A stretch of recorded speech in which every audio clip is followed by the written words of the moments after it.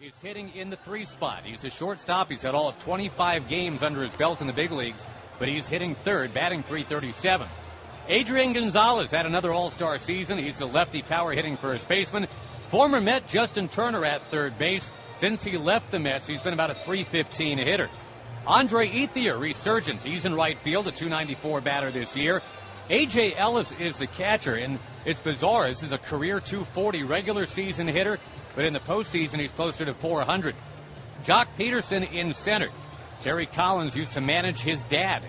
And Peterson, the guy who almost won the home run derby this year, strikeout-prone center fielder, batting 8th. Clayton Kershaw is the pitcher.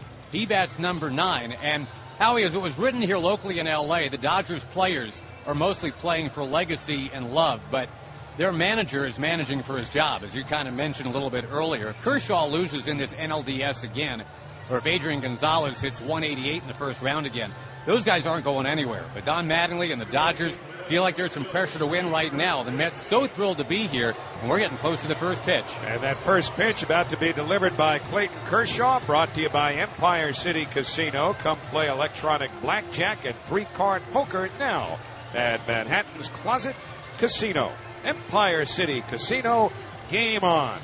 And so Curtis Granderson in the lead off for the Mets. And if you looked at both teams on this field, it looks a whole lot like it did in 1962. Certainly there are subtle differences, but the Mets are wearing the same traditional road grays.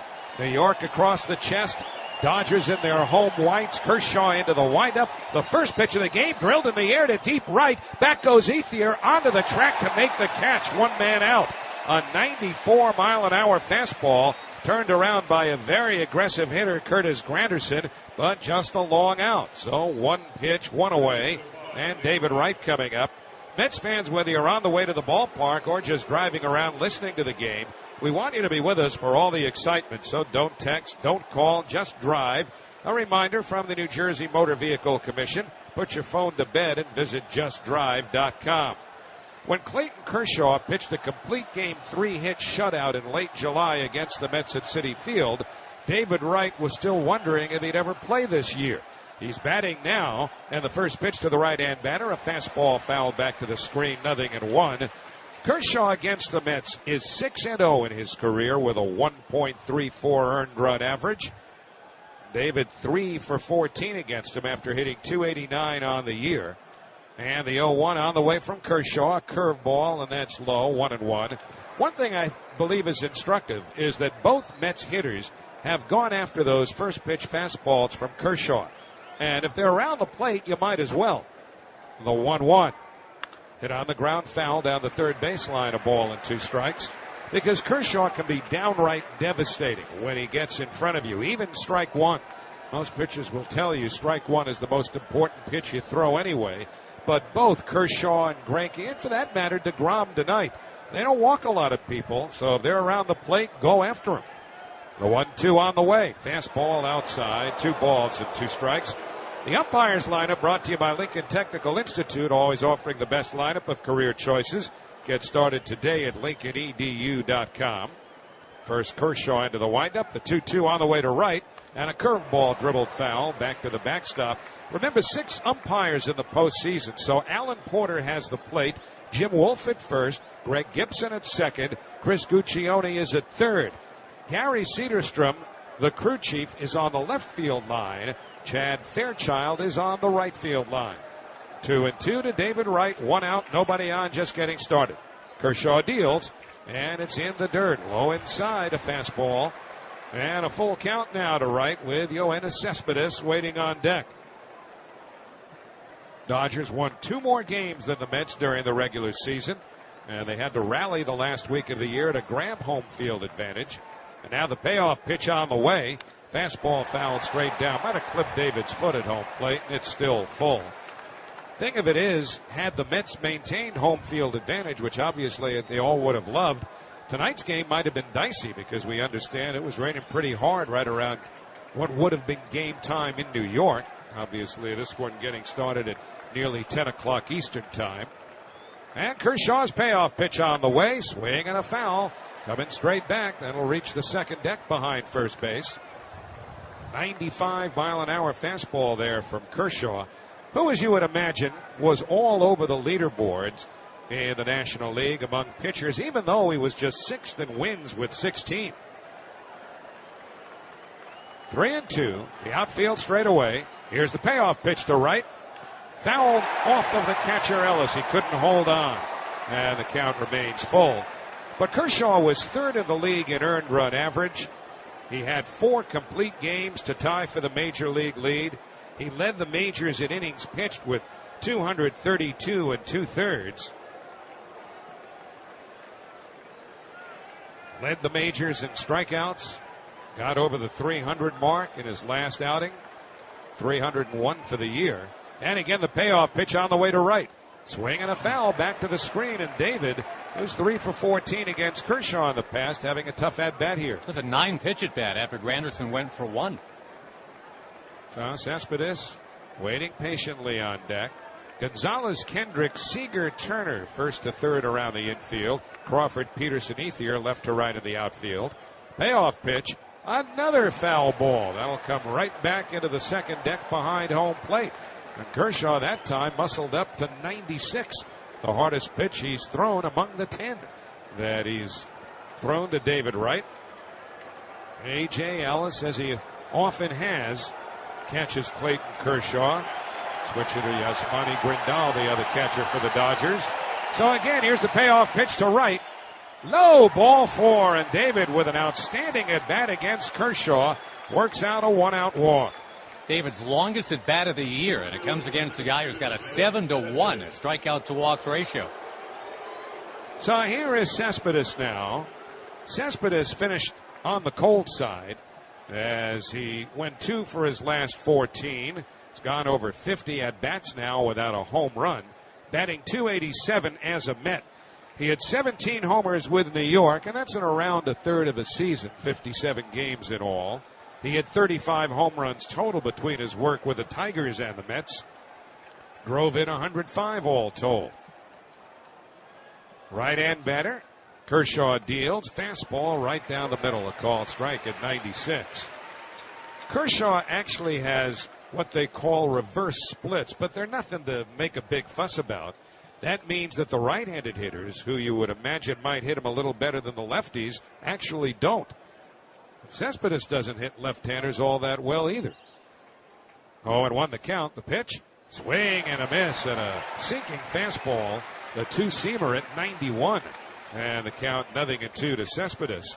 I mean, it's 192 against the righties, 203 against the lefties. So, basically the hashtag there is big whoop. Right at first, being held on by Gonzalez with 1 out. And Kershaw raises those arms over the top of his head, now sets at the letters and throws to first, right back standing. Before we go any further, we need to send our prayers, our thoughts, our very best wishes, and just about everybody in Los Angeles would say their undying love to the voice of baseball, Vin Scully, who is not calling the postseason, having had a procedure yesterday. The 0-2 to Cespedes, swung on and missed, strike 3. That looked like a hard biting slider down and in, and Cespedes waves at it for Kershaw's first strikeout. Now there are 2 men away, and it'll bring up Daniel Murphy. Yeah, after that first pitch fastball, just an array of sliders. deGrom throws an even faster slider than Kershaw, and that's pretty impressive to say. And now Daniel Murphy. And you have to say that with all the left-handed pitching the Mets are going to see in this series, because, don't forget, you're talking about Anderson and Wood should they both get in, plus Kershaw. Guys like Murphy become very, very important. First pitch to the left-hand hitter, a fastball in for a called strike, 0-1. Murph on the year hit .281 with 14 homers and 73 runs batted in. Murphy not a guy who's ever been bothered a whole lot against lefties. Hit .254 against them this year. The 0-1 pitch, fastball, that's in for a called strike. Kershaw pumping it in there at 94. And with right at first, 2 men away, no score top of the first. It's 0-2 to Daniel Murphy. And everybody, or just about everybody, waving white towels that were given away tonight. They'll be orange when they get to Citi Field. Kershaw sets. Here's the 0-2. Murphy fouls it back to the screen. That's going to be giving away orange, what amounts to rally towels, and that'll be the scene at Citi Field beginning on Monday night. Tell you what, making Kershaw throw 20 pitches in this first inning, that's a small victory, no matter what happens from here. That sure doesn't hurt. The Dodgers have at best a pedestrian bullpen until you get to their closer, Kenley Jansen, who's terrific. 0-2 to Murphy. Kershaw sets at the letters, right leads from first and draws a throw. David back standing. Tom Goodwin on the coaching lines at first for Terry Collins. And Tim Tuffle flashing the signs at third. Travis d'Arnaud, a homeboy, waits on deck. So the Mets really making Kershaw work here in this first inning. Next pitch will be number 20. He's 0-2 to Murphy. Kershaw ready now, the pitch. Curveball tapped up the first baseline, a foul ball fielded by Tom Goodwin. If you can roll up 7 foul balls in one inning off Kershaw, that frustrates him. And he's not as emotional as some others, but he's got that burning intensity, which again, I think Howie even becomes more than normal, knowing that he's 0-4 in his last 4 postseason starts. He wants this one. And again, most of that damage done by the St. Louis Cardinals, who beat the Cubs tonight, by the way, 4-0 in game 1. 0-2 to Murphy. Short lead for right at first. The pitch. Fastball hit off the end of the bat, foul over by the Dodgers dugout. Kershaw gives you just about no leg kick with a runner on base. He's a slide step pitcher. There are some pitchers over the year who will tell you that that slide step steals more from you than it gives.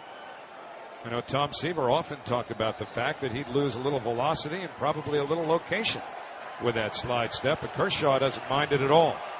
Right stretches the lead out just a bit now at first.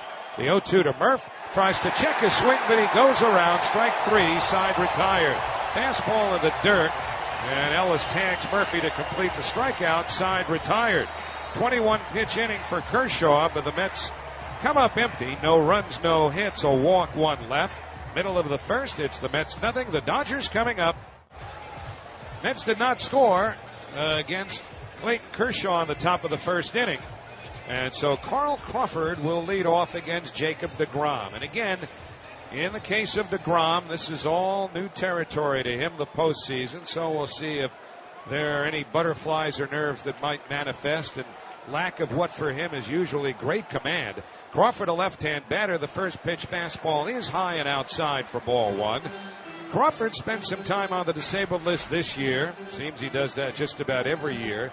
This year it was an oblique injury. And the 1-0 to him, a fastball fouled back to the screen, 1-1. That fastball at 97 miles an hour. And you wouldn't think that there'd be too many of those butterflies that should affect deGrom, because he knocked them dead cold in the All-Star game. The 1-1 up and in, a heater at 97, and the count 2-1. Crawford has hit in 11 consecutive postseason games for the Dodgers. That's a franchise record. Of course, the postseason used to mean the World Series. The 2-1 hit foul to the left of the screen downstairs and out of play, 2-2. And again, Jake just firing fastballs, that last one at 97. Crawford in his best days, a great base stealer, still runs fairly well, but at 34, not as fast as he was. 2-2 pitch, fastball swung on and missed, strike 3. deGrom climbing the ladder there, and on the velocity board as well, he climbed up a notch, punched him out at 98. So 1 up, 1 down. Howie Kendrick coming up. And the Mets defensive alignment is delivered to you by Seamless. Seamless, how New York eats. Mets have Duda at first, Murphy at second, Tejada at short, right at third. Kadire, Cespedes, Granderson left to right of the outfield. d'Arnaud catching. Kendrick, right-hand batter, swings and dribbles 1 foul off to the right. 0-1 to the former Angel. He was traded for Andrew Haney during the offseason. Rare deal, really, made between these freeway rivals, the Dodgers and the Angels. And the 0-1 pitch, fastball, swung on and missed. And it's 0-2. Dial that up to 97. 97 is where Kershaw was sitting too, Howie, in the first inning. Usually this year, the fastball's been 95, so he's pretty amped up too. Hard not to be. The 0-2 on the way. Kendrick fouls it back to the screen. You just wonder how tough it's going to be to score runs in this series, at least in the first couple of games. Syndergaard's been so dominant his last couple, and he'll pitch tomorrow. then you've got Harvey in game 3. And that's the game where the Mets should have a real pitching edge. Here's the 0-2. Line down the right field line, a foul ball. So, Josh, we always talk about, the first run being especially important, but I don't think you can possibly overstate the importance of scoring first in this series, especially in these first 2 games. Yeah, you're going to see infields in third and fourth innings, I bet, the next couple of games. Here's the 0-2. Swinging a liner to right, base hit. Well, that says a little something as Granderson picks it up, fires it back in. Howie Kendrick aboard with something that has really haunted Mets pitchers all year. Those 0-2 mistakes. That time it was a fastball that deGrom wanted to get away, but it leaked out over the middle of the plate, and Kendrick lined it into right field. So 1 on, 1 out for a big story here in L.A., the 21-year-old rookie shortstop, Corey Seager. And real quick, Howie, just to go back to that 0-2, because Kendrick is looking to go to right field, it's only a single. If he's looking to pull, the way the ball's been jumping today, that could have been gone. Seager, a left-hand batter. deGrom delivers a breaking ball that's in for a called strike. 0-1. Well, you hear of gym rats or rink rats, and Corey Seager has been a baseball rat his whole life. Of course, his brother Kyle is a big leaguer with the Seattle Mariners. And Corey was growing up. He wore cleats all over the place before he even started school. The 0-1 fastball. Did he hold the swing? Nope. He went around, says home plate ump Alan Porter, and the count 0-2. Seager, they say, was in tears when he was told that he couldn't wear his cleats to kindergarten. And he is certainly as precocious as they come. We've seen this a lot lately. Kids coming up at 20 and 21 and playing major roles. The 0-2 pitch. Fastball upstairs. 1 ball and 2 strikes. His dad played collegiately at Fairleigh Dickinson University, which is where longtime Mets Vice President of Media Relations Jay Harwitz worked before taking the Mets job way back in 1980. Corey's dad's idol was Don Mattingly, the Dodger manager now. And a throw to first. Kendrick is back standing. Should mention that neither of these teams steal many bases. In fact, the Mets stole fewer bases than any National League team. And the Dodgers stole 59 overall, which is 13th among the 15 National League teams. 1-2 to Seager. deGrom to the belt. Now the pitch. Swung on and missed, strike 3. Got him at 98 with a fastball. 2 strikeouts in the inning. And Adrian Gonzalez will be the batter. That's Baseball is brought to you by RE/MAX. RE/MAX agents are trained to help you find the perfect fit wherever you go or wherever you're heading, locally or globally. Go to RE/MAX.com to find an agent for all the things that move you. Each office independently owned and operated. So here's Gonzalez, who hit .275 with 28 homers and 90 RBIs. And if you think most of those 28 homers came in the first month of the season, well, it's understandable. He got off to such a fast start. Left-hand batter, deGrom delivers, and a fastball outside for ball 1. In fact, Gonzalez hit 5 home runs in the first 3 games of the year. He's banked a couple against deGrom in a short sample, too. 8 at bats, 2 home runs. 3 hits all told against him, and a former Met, Justin Turner, waits on deck. Murphy, the second baseman, out in short right field. They're not overshifted, though. The 1-0 taken just off the outside corner, 2-0. The Dodgers, including the pitcher Kershaw, present 6 left-handed bats against Jacob deGrom. And there's a 64-point difference in how the lefties hit deGrom as opposed to the right-handers. The lefties at 245, the righties just a $181, and Mattingly reacting to that. The 2-0 fastball missed outside. 3-0 to Gonzalez with Turner on deck. And maybe, it's kind of ridiculous to think that way in the first inning. deGrom's being extra careful here against Gonzalez with that right-hand hitter on deck. What we mean about just that first run being so precious. 3-0 pitch. He takes it, and it's in for a called strike. And with those temperatures in the 90s, Howie, the ball is absolutely exploding off the bats. We've seen that all summer here at Dodger Stadium with the drought conditions here. 97 degrees just an hour ago. You make one mistake, you can really pay for it tonight. Oh boy, did the ball ever fly out of here during the workout yesterday. Lucas Duda was the star of that show, as he was during BP today.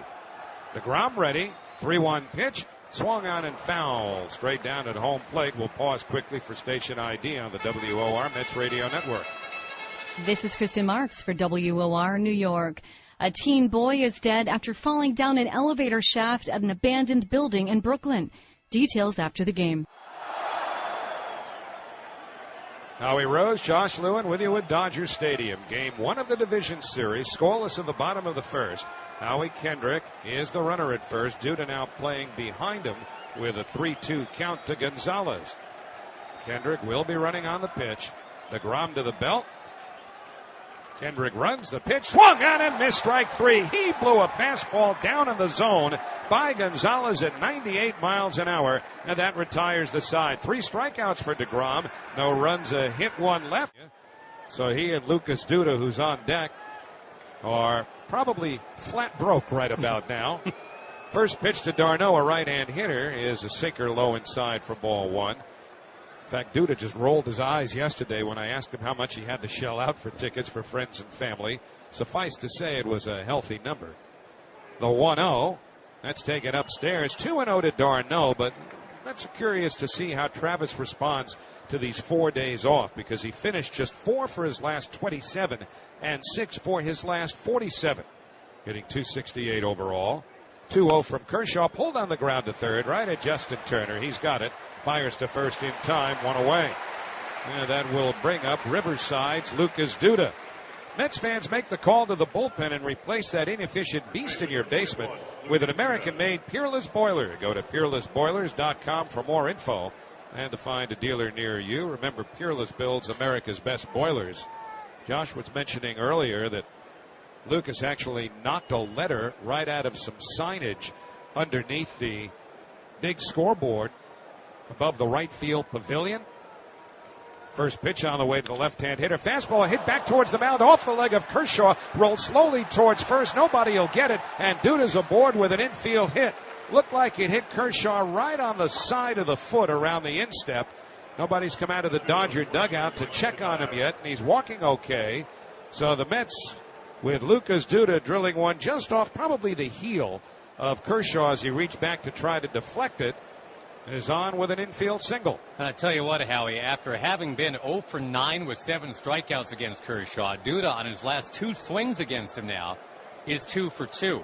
So if Lucas is trying to get buoyed, get that confidence going, that's something he can absolutely chew on. Well, here's Michael Kadire, who becomes a very important Met against Kershaw, and really the rest of this series, considering they'll see lots of left-handed pitching. First pitch on the way, a fastball low, ball 1. Kadire in his 7th postseason, batting .259 with 10 homers, 41 runs batted in, and his teammates just rave about him. They looked like they were losing their way the last time Kershaw saw them. Of course, Kadire was banged up at the time, too. The 1-0 on the way, swing and a miss, and the count 1 ball and 1 strike. Looked like a changeup there from Kershaw at 89 miles an hour. But just when it looked as though the wheels might be coming off the Mets bus at times this year, people like Kadire were able to galvanize the club and keep all of that stuff you worry about from taking place. The 1-1, swing and a miss, and a breaking ball, a hard slider, and the count 1-2. That back foot slider is a great pitch for Kershaw when he's got that, the curve. I mean, the fastball speaks for itself, but the secondary stuff, when it's on, is tremendous. 1-2 to Kadire. Kendrick shading towards the bag at second. Duda at first. 1 out. Pitch. Breaking ball swung on and missed, strike 3. Just buried a curveball in the dirt. And for Clayton Kershaw, his 3rd strikeout. So 2 away. Duda still at first, and Ruben Tejada coming up. Through November 2nd, receive a $1,500 credit and 0.9% APR on any BMW 3 Series. Visit TriStateBMW.com for details. Well, from the Go Figure department, the guy who hits Clayton Kershaw best is the hitter coming in the box right now, and that's Ruben Tejada, who was 5 for 14 against Kershaw.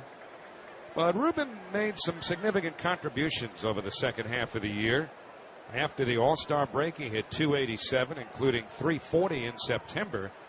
And ideally, you might want to think, well, tough as it is to score against Kershaw, Wilmer Flores' bat, well, it came down to Tejada's glove and his success against Kershaw against the bat of Flores. Throw to first and due to backstanding. And if any Met could benefit, and did, by the 4 days off after the season's finale on Sunday, it was Wilmer Flores, who was battling first a stiff back and then strep throat. But he says he's good to go now after having lost 10 pounds. No scored. First pitch to Tejada, pulled on the ground, foul down the third baseline. It's 0-1. You have a question to ask the professors? A little later tonight, Josh and I will have the answer. So tweet your question now to @MetsBooth using the hashtag AskTheProf. Brought to you by Rutgers University Continuing Studies. Visit transformrutgers.edu for online certificate programs.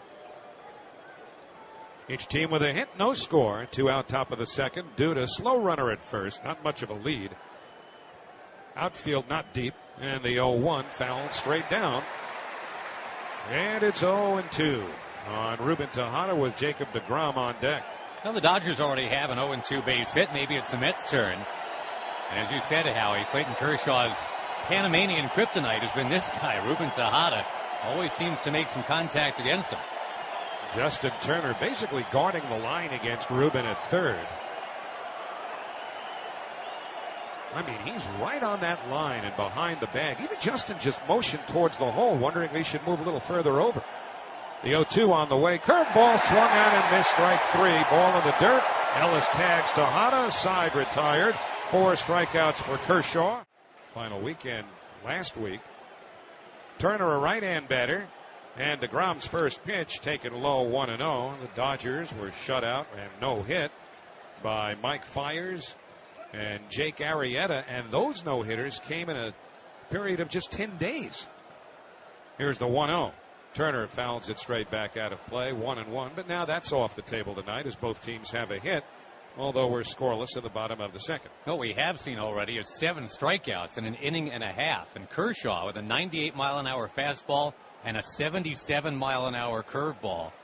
That's pretty impressive. That is Clayton Kershaw. Yeah. He's probably the elite pitcher in the game now, considering a full body of work.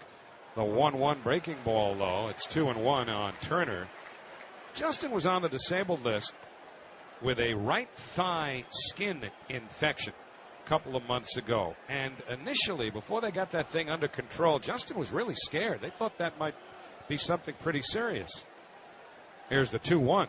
Fastball low. 3 balls and 1 strike to Turner. Remember, Juan Uribe was with the Dodgers earlier this year and then on to the Braves. But Turner's the guy who became the everyday third baseman. .294 average, 16 homers, 60 RBIs from nearby Bellflower. And the 3-1 pitch to him is at the knees for a called strike. 97-mile-an-hour fastball, and Turner was the last person in Dodger Stadium to realize it. He had started to take off. In fact, he did totally remove his shin guard on his lower left leg and start to walk towards first base. But Alan Porter, the home plate ump, said, sorry, son, that's strike 2. And a quick scouting report on Porter. He does usually have a pitcher-friendly zone, especially low. So 3-2 the count to Turner. deGrom with a payoff pitch. Swinging a drive to left, right at Kadire. Now back a step and beyond his reach. He might have gotten a glove on it, but it goes to the wall. He picks it up on the warning track, fires in, and Turner is at second with a gift. We'll see how they score it.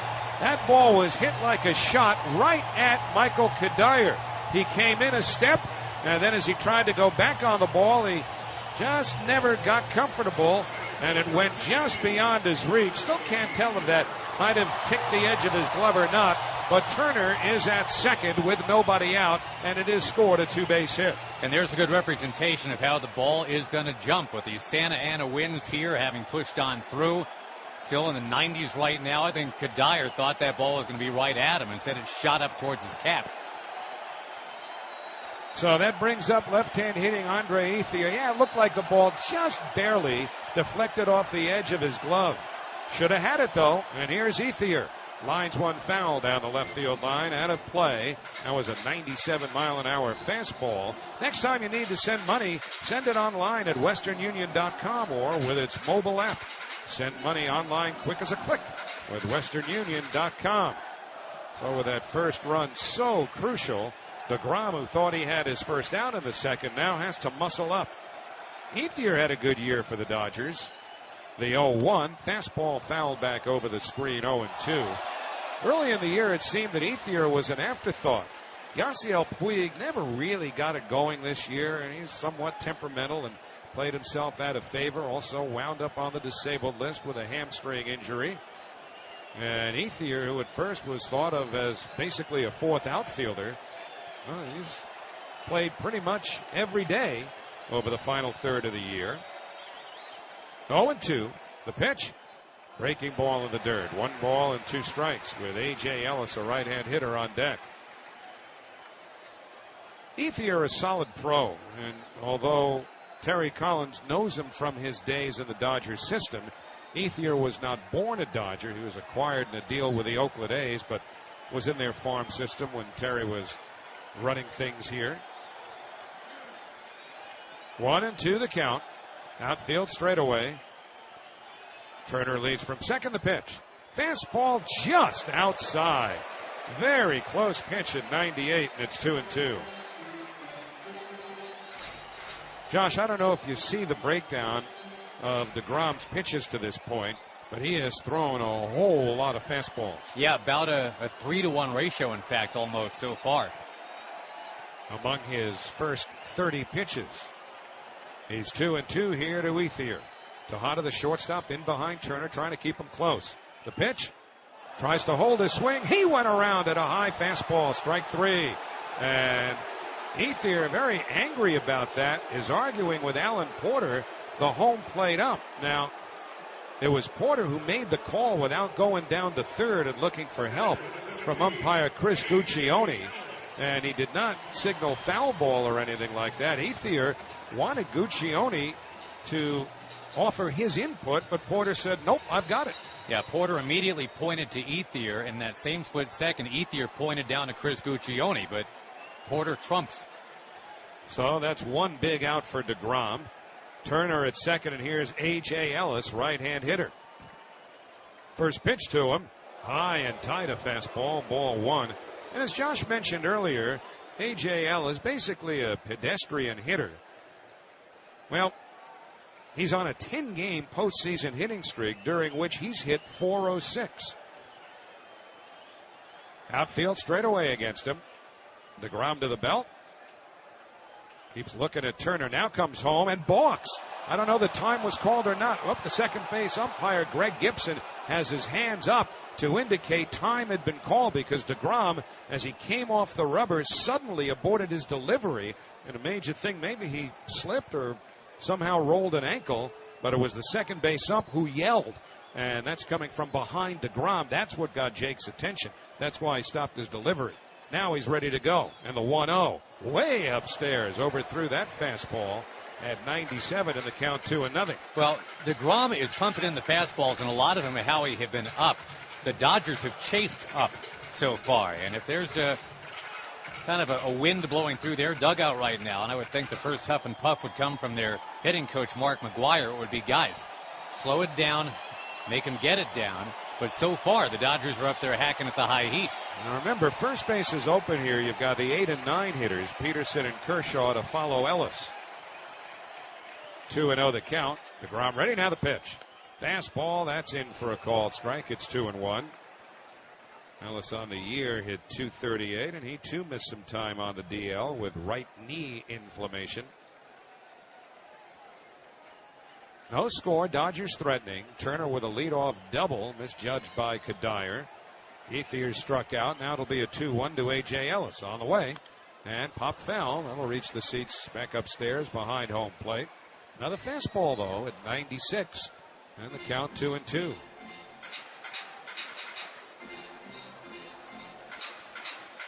Kershaw this year struck out 301 batters.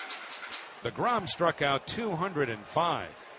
Becoming the 11th Met to strike out 200 or more in a season. He pitched 191 innings, 40 less than Kershaw. 2-2. Now the pitch. Swung on and missed, strike 3.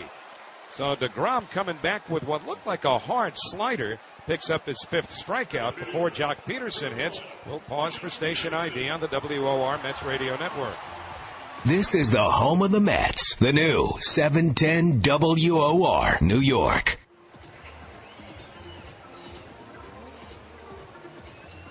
Howie Rose, Josh Lewin with you at Dodger Stadium for Game 1 of the Division Series. Clayton Kershaw and Jacob deGrom are pitching as though they're in sudden death, and the first run wins. With these two, it might turn out that way anyhow. And thinking accordingly, Terry Collins is going to walk Jock Peterson and go after Clayton Kershaw to try to get out of the inning this way. Now, I'm not sure you do that in many, if not most, regular season games, even with this matchup. But given the urgency of this game, and of course its importance, well, Peterson, even though he's struck out 170 times this year, is going to be walked intentionally to get to Kershaw and try to get through the inning that way. Intentional ball 4 is forthcoming. Kershaw hit just 127 this year, but he fashions himself a better hitter than that. Was a great athlete all through high school. He and Matthew Stafford, the Lions quarterback, were best friends. And in fact, Kershaw, when he pitched, Stafford was his catcher. And on the football team, it was Kershaw snapping the ball back to Mr. Stafford. Well, now it's deGrom who's going to be snapping it up there to Kershaw as Peterson is aboard with that intentional walk. Kershaw 9 out of 71 this year at the plate. That's a 127 average on the year. 2 doubles, 2 runs batted in. And so, no score, 2 out. Turner at second. Peterson, the runner at first, here in the second inning. First pitch to Kershaw, breaking ball over for a called strike, 0-1. So with all those fastballs that deGrom's been pumping to the first 7 hitters, he starts Kershaw up with a breaking ball. Kershaw does have 62 hits, Howie, the last 5 years. That's actually the most of any pitcher in baseball. At the end this year, hitting just 127. 0-1 the count to him. That's left-handed. Now the pitch. Fastball, that's on the inside edge at 97 in the count, 0-2. So deGrom quickly ahead in the count here. deGrom just raring to go now, waiting on the first base side of the pitching rubber. Kershaw measures a couple of practice swings as deGrom sets at the waist. Runners lead second and first. The 0-2, swinging a chopper towards third, a foul ball. And the fans here giving Kershaw the Bartolo Colon treatment that Bart gets at Citi Field. Make contact, get a golf clap. Well, there's golf claps. There's already been some beach balls being bopped around here, too. It's the playoffs. They got 2 on, 2 out. There's beach balls going. Well, if we hadn't seen that basically since 1962 here, we'd think it odd. But it's almost as much a part of the landscape here. And one of them just got loose out in left field as those San Gabriel Mountains out behind the pavilion. This is some gorgeous setting, even when it's dark, as it is now. 0-2 to Kershaw. deGrom to the belt. Now the pitch. High and away, 1 ball and 2 strikes. Tried to make him chase a fastball out of the zone. Well, at least it's not one of those 0-2 base hits that you mentioned earlier, Howie. The Mets have given up 75 of those this year, 7 of them for home runs. And that is on the high side of the curve in the majors. According to Terry Collins, it's a ton of 0-2 hits. 1-2 pitch. Swung on and missed, strike 3. Got him with what looked like a slider. And so now deGrom throwing those breaking balls, and he did it to strike out Kershaw and get out of trouble. Joe K's game tonight doing what they're known for. deGrom will bat. He's a lefty when he bats. 186 hitter with 4 runs batted in. The Dodger outfielders give him plenty of room in right center. Under the bright lights, here's Kershaw. And with the first one, swinging a topper foul down the third base line right near the shoes of Tim Teufel in the third base coach's box. Mets historians will someday tell you Kershaw's was the start that turned this season on its ear. Back in Flushing, Howie talked about it earlier. July 24th, flirted with that perfect game. Toyed with the Mets that day. 0-1 pitch, slider down and outside. Seemed like that was the the Howard Beale in network moment of we're mad as you know what and we're not going to take it anymore for the Mets. They kind of struck back at the universe the next day. Conforto comes up. Uribe and Johnson acquired, then Clippard, then Cespedes. 1-1, fastball fouled back, 1-2. I think this 2015 regular season really will be remembered as pre-Kershaw start at Citi Field and post-Kershaw starts at Citi Field. Two very different Met teams. No score in the top of the third. Game 1. 1-2 pitch curve. Bounced it up there, 2-2. Talked about Kershaw needing to slay some postseason demons. 8 postseason starts. He's got 1 win.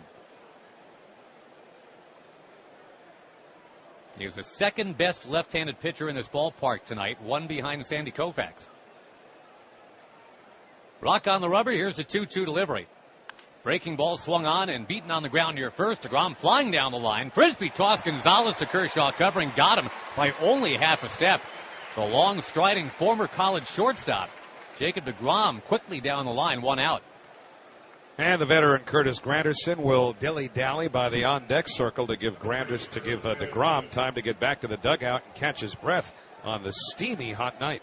Give us time also to tell you Nissan's an easier choice than ever with their most exciting fuel-efficient lineup. Get great offers across their full line.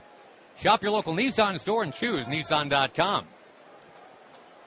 They'll shift for Granderson, who, remember, went after the very first pitch of this playoff series, and he belted it to right all the way back to the warning track, but he was out. .259 hitter in the regular season, and the pitch to him. Crackles in for a strike, 0-1. Granderson delivered, I think, exactly what the team was hoping for this year. Huge factor in ending this 9-year playoff drought. Breaking ball, snapping just outside, 1-1. Crowd thought that was a strike.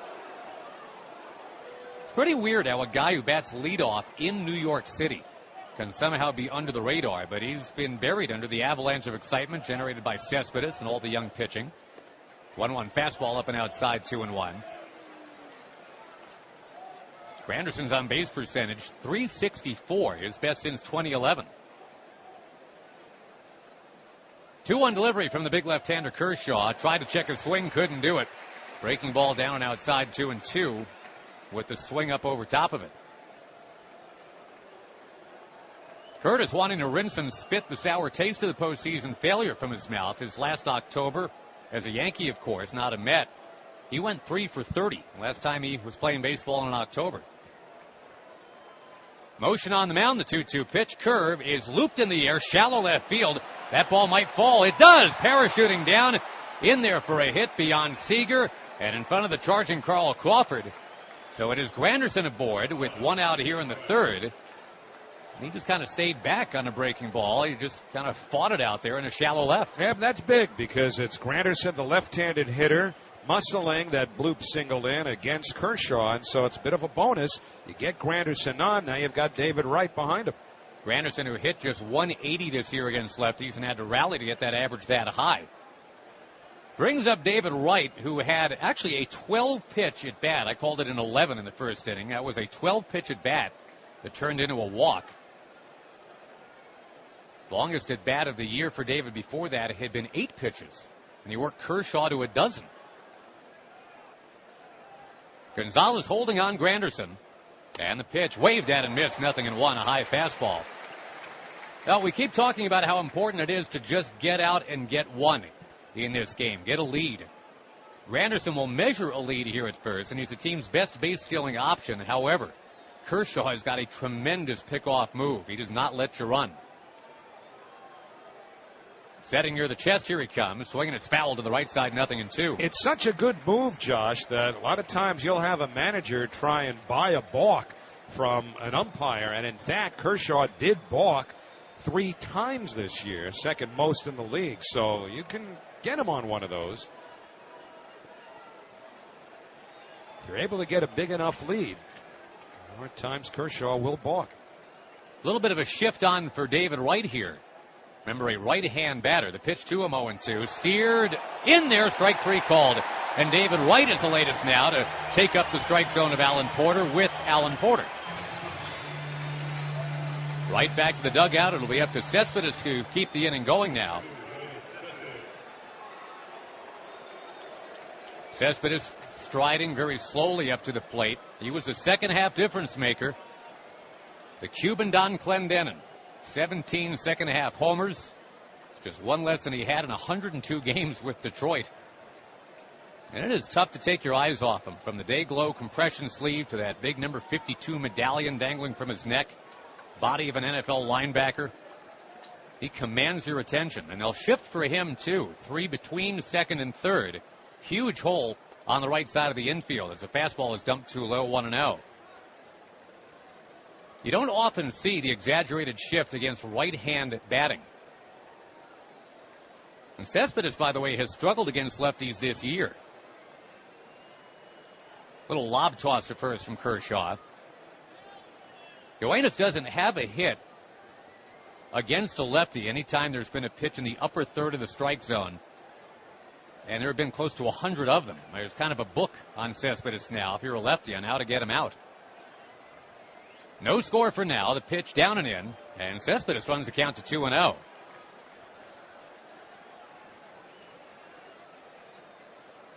Cespedes, the guy who told Terry Collins, the fun's just starting, boss. And he can start some fun right here if he can get a hold of one. No wind. Just a sticky, steamy 9-degree night here in L.A. Scoreless in the top of the third. The pitch bounced foul near third base, 2-1. You want a breeze, just have Cespedes do what he did there, swing the bat. He'd take such a big cut. That's as good as a fan.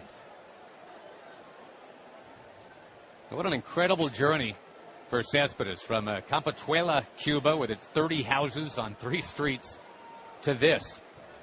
50,000 at Dodger Stadium, a who's who of celebrities here tonight.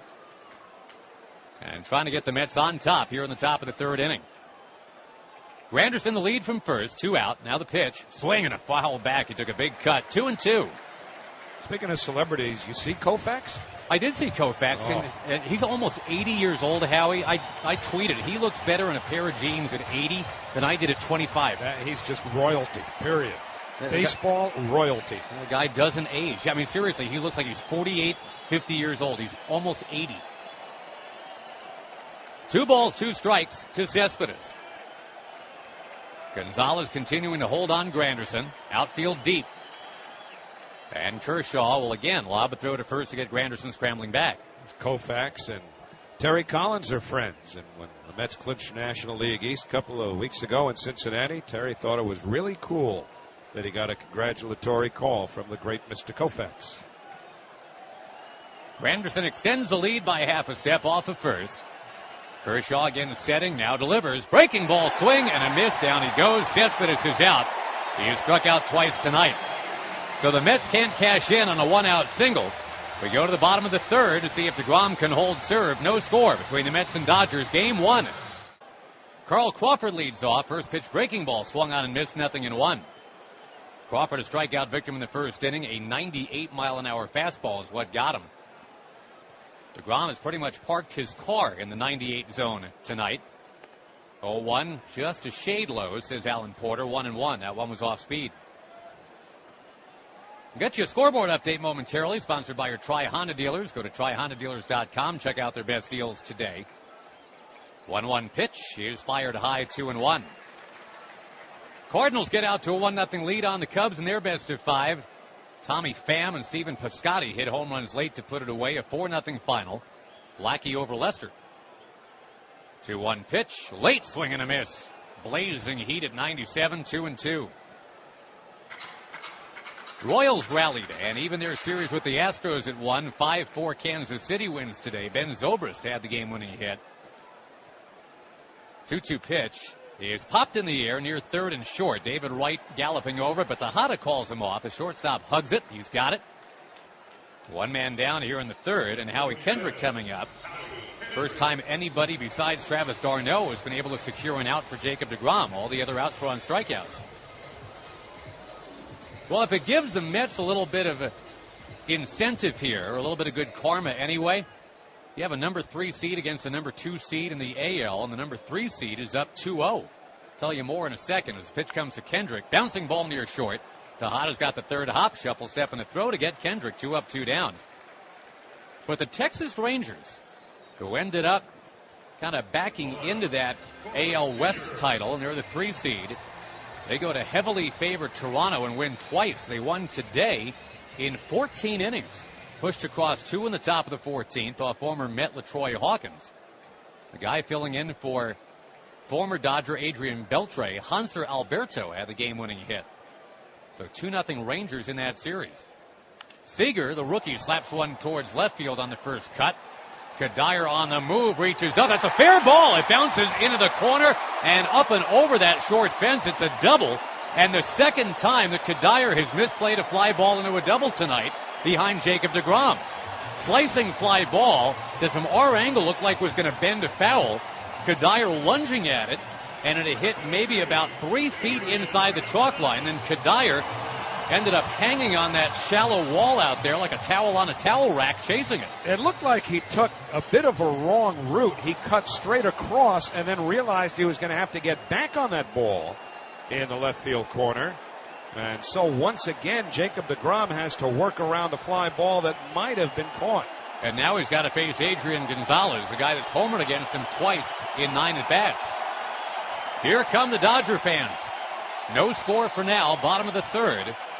Rocking the pitch, waving a miss, 0-1. Now Gonzalez had been up in the count 3-0 back in the first inning. deGrom rallied to make it 3-2, and then he struck him out with one of those 98ers. Gonzalez, a 5-time All-Star, 28 home runs during the regular season. Outfield deep, a little bit of room for him in right center. 0-1 is clubbed foul up near first, 0-2. Now deGrom came out and established here early, kind of marked his territory here at Dodger Stadium. Just like he went out in the All-Star game in Cincinnati and blew him away. Remember the opening day start he had for the Mets at Citi Field this year? He had a 1-2-3 first inning, only needed 9 pitches. Had to work a little harder here tonight, but adrenaline, the overrush of that doesn't seem to be an issue. 0-2 the count, here it comes. Lowe getting away from d'Arnaud, but staying at second base is Seager. It was blocked right up the third base line. And d'Arnaud hunted it down about 40 feet away from home plate. Got a quick moment to remind you to call Boccia for all waterproofing needs. Boccia, the waterproofing specialist you can trust since 1955, serving Long Island and Queens very proudly. Go to BocciaBrothers.com, BOCCIABROS.com. Dangerous lefty Adrian Gonzalez with a runner at second, 2 out, no score in the 3rd. Long-haired right-hander deGrom at the belt. Has a sign he wants some d'Arnaud. Here's the 1-2 pitch. Taken just a little bit outside, 2-2. Got to hesitate. Alan Porter's got one of those late registering at strike calls. It looked like he flinched, but he wouldn't call it. deGrom about to make his 57th pitch of the night. He's in the 3rd inning. Former Met Justin Turner waiting on deck. The set, the kick, the 2-2. Swinging a liner foul into the crowd third base side. Well, Gonzalez was ready for that. It was the second straight pitch on which d'Arnaud set up away. And Jake hit the target. The pitch prior to the one just fouled off. Did not get the call from Alan Porter and shouldn't have because he hit the target. But d'Arnaud was off the plate. And this time, with Gonzalez protecting away, was able to foul that off. 2 balls, 2 strikes. Runner at second is Seager, the 21-year-old. Here's the pitch, taken. And it's a little outside again, off speed. 3-2. And deGrom will just rub up that baseball very slowly, very casually. Stares out to a distant point in left field, just trying to get his bearings.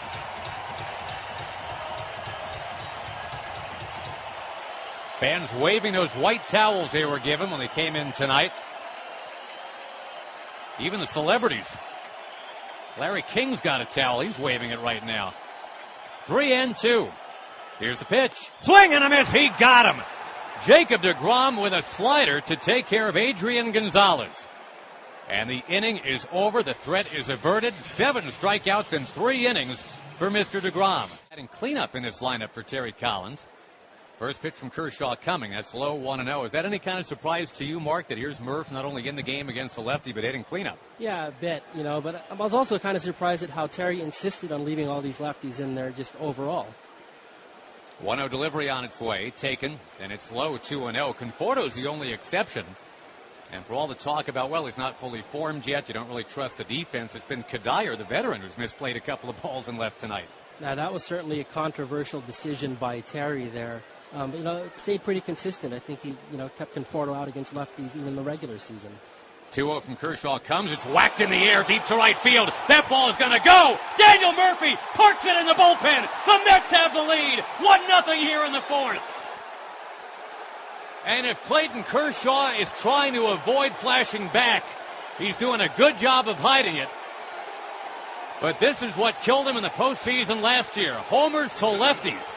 Daniel Murphy touching home plate now, joyously running into that Mets dugout on the first base side. He's given the team a 1-0 lead. What are we saying about Terry Collins batting Murphy cleanup? It's the 15th time this year he's hit cleanup, but he's never had a bigger hit from that spot in the order than his home run off of Kershaw. And he danced around the bases. And suddenly Terry's a genius. Here is Travis d'Arnaud with the Mets ahead 1-0. He swings and misses right away at a fastball, 0-1.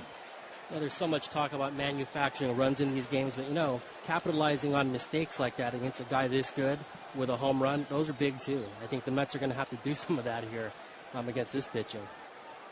Something subtle as well, as d'Arnaud will swing and bop one foul back to the net. Taking a couple of pitches right away to get up 2-0 and draw the fastball, I think is a big deal. I mean, Kershaw doesn't groove too many fastballs, but that one was pumped pretty much right down the middle. And Murphy's eyes got big like saucer plates right there. That ball was a good 15 feet into the bullpen. 0-2 pitch. At the knees, called third strike to d'Arnaud. And his sinkhole continues to get a little bit deeper. At least offensively anyway. One down and up comes Duda. Another lefty who's in the lineup here, Mark, and a guy that really had never had success against Kershaw until his last two swings. He is 2 for his last 2 against him, having been 0 for 9 with 7 punch-outs before that. Played a little pinball there early in the game. Yeah, Kershaw trying to kick it and deflect it towards first. Shift is on for Duda. And the pitch is watched over the outside corner, strike 1. And, Mark, just very quickly, back to Terry Collins. 6 years ago, he was managing a college summer league team as a favor to a friend. 0-1 pitch on the way. Curve is low, 1-1. It wasn't quite Lou Brown in the movie Major League. Terry, wasn't brought out of retirement from selling white walls at Tire World like the fictional Lou Brown. But Terry did wonder if he'd ever make it back to the big leagues as a coach, let alone a manager. And here he is in, of all places, L.A. And ahead 1-0 in the fourth inning. 1-1 pitch, fastball, rip and a miss, 1-2. He's certainly a guy who's worked really, really hard to get here, and I think he deserves a lot of credit for getting the Mets through some pretty lean years, and also this year when they had a couple of months there in May and June where he really helped hold the thing together. 1-2 to Duda. Now the pitch, curve, taken low, 2-2. We tried to cover it in that story in the paper today in our special section in Newsday. We wrote a profile of Terry Collins and kind of detailed some of those things that you were mentioning there, a lot of the things he had to fight through to get to this point. It looked like he was literally busting his buttons standing on that first base line during the warm-ups and intros. 2-2 curve, swing and a miss, down goes Duda, ball dropped, picked up. Ellis fires to first to complete the out. That's 2 down in the inning, and Kadire comes up. And Mark, before we let you go, just to kind of fasten in on Kershaw, who now again is pitching in a deficit situation. Playoff failures are haunting him. He's got a 5.12 career postseason ERA. It's not like he's pitching a poor game tonight. He makes one mistake, but again, he's behind in a huge game for them. It's so baffling too. He's just so good. You wonder how much of that is just weird luck. Pitch on the way to Kadire, and that's taken inside 1-0. Price is a guy in the same boat. Great regular season success, struggles in October, but again, it's just baffling considering how good those guys are. 1-0 pitch. Fastball in the outside corner, 1-1. Just to put it in perspective, there are 733 big league pitchers that have pitched 1,500 innings or more. He's number 1 in terms of ERA all time. Curve is swatted in the air towards center by Kadire. Hangs up there. Peterson under it. Backing a step now. Makes the catch. And that retires the side. Thank you, Mr. Carrig. Thank you. Nicely done. Say the same for Daniel Murphy if you're a Mets fan. He clocked one out of here off the great Clayton Kershaw. Adams on the hanging curve last year in St. Louis. Here's Turner, the former Met. And he'll take on the outside corner from deGrom, 0-1. Yeah, that was the shocker. The Dodgers, I believe, had a 2-run lead, and that was a 3-run homer that Adams hit. He knew it was gone as soon as he hit it, too. 0-1 delivery is taken. Outside 1-1. It was the only home run given up by Kershaw all year off a curve. And it just so happened to tilt the entire playoff series. That was in St. Louis. Cardinals in St. Louis tonight beat the Cubs, if you didn't hear. 1-1. Peeled the foul off to the right by Turner. 1-2. 4-0 final there. There's a 1-0 partial here on the Murphy home run. Your Tri-Honda dealers invite you to park like a pro with a standard multi-view rear view camera in a Honda Civic. Check out the great deals at TriHondaDealers.com. Outfield around to left against Turner. Bats out of an upright stance. 1-2 is drilled and a left to base hit. Kadire running towards the left center alley, cuts it off and flings it back in. Justin Turner is 2 for 2.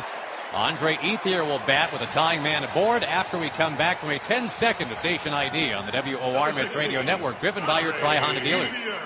This is Kristen Marks for WOR New York. A pit bull attacks a little girl in New Jersey and is shot dead by police. Details after the game. With Howie Rose, Josh Lewin, the Mets lead game 1-0. Road teams have fared very well early in this postseason of 2015. Mets trying to keep that mojo going. 3,000 miles from Citi Field. Left-hand batting, Andre Ethier taking. And it's outside. It's 1-0. Ethier hardly got into the playoff games in 06 against the Mets, but at least he was here as a rookie. His biggest contribution, he lined into a double play in Game 3 of that series, coming off the bench. Tying man at first, 1-0 delivery, taken on the outside corner. It's a wide outside corner. And in fact, the scoreboard is reading 2-0. Scoreboard guy thought it was outside. Alan Porter says, nope, we got 1-1. The now scoreboard guy acquiesces. Andre Ethier, remember, was furious when he was called out on strikes his first at bat, and he's not real thrilled here. The infield, a double play depth. Granderson deep in right. Now deGrom's 1-1 delivery. Swinging, it's fouled straight back. Ooh, he was on that. But under it, 1-2. Caught down below us by, I don't know, Kate Winslet.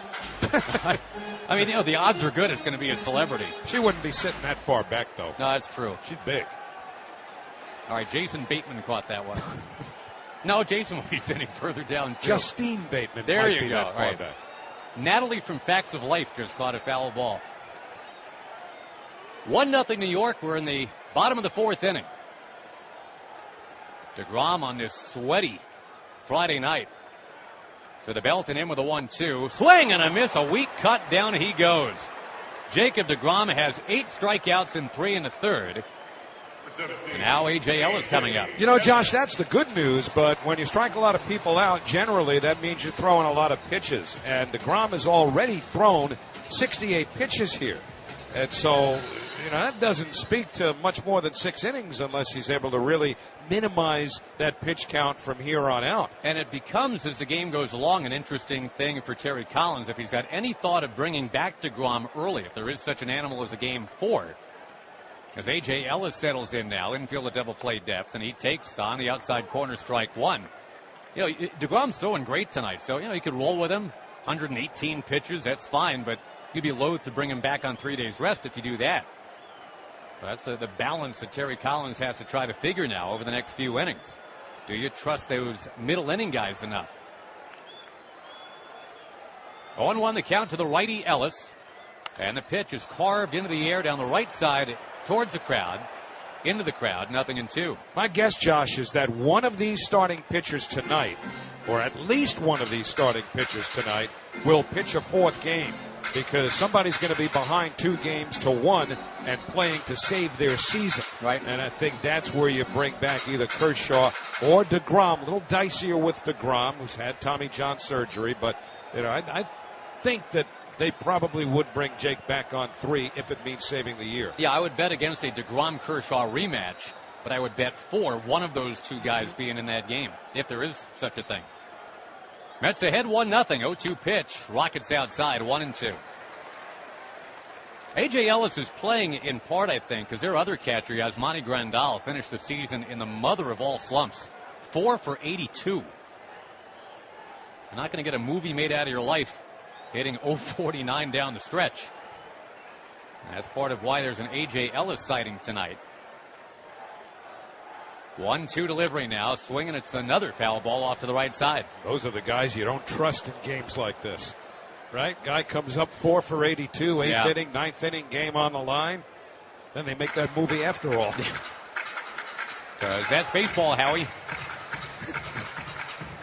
Mets are being out hit 4-3, but they lead the game 1-0 on the Daniel Murphy home run.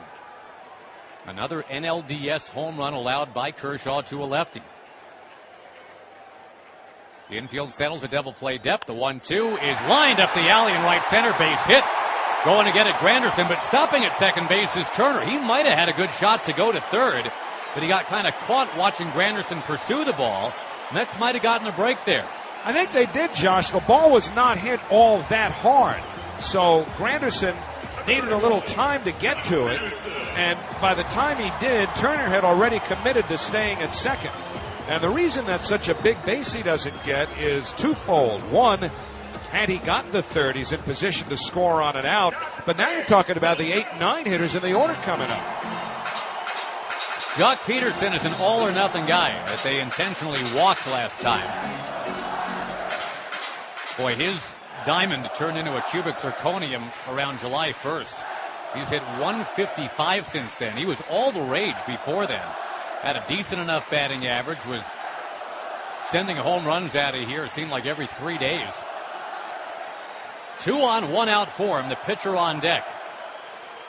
deGrom's pitch is slugged in the air, but only getting into left field. It's shallow, in fact, and on comes Kadire, makes the catch in front of Cespedes. So first pitch swinging with the pitcher on deck. Jock Peterson, maybe a little antsy after the intentional walk, wants to do something.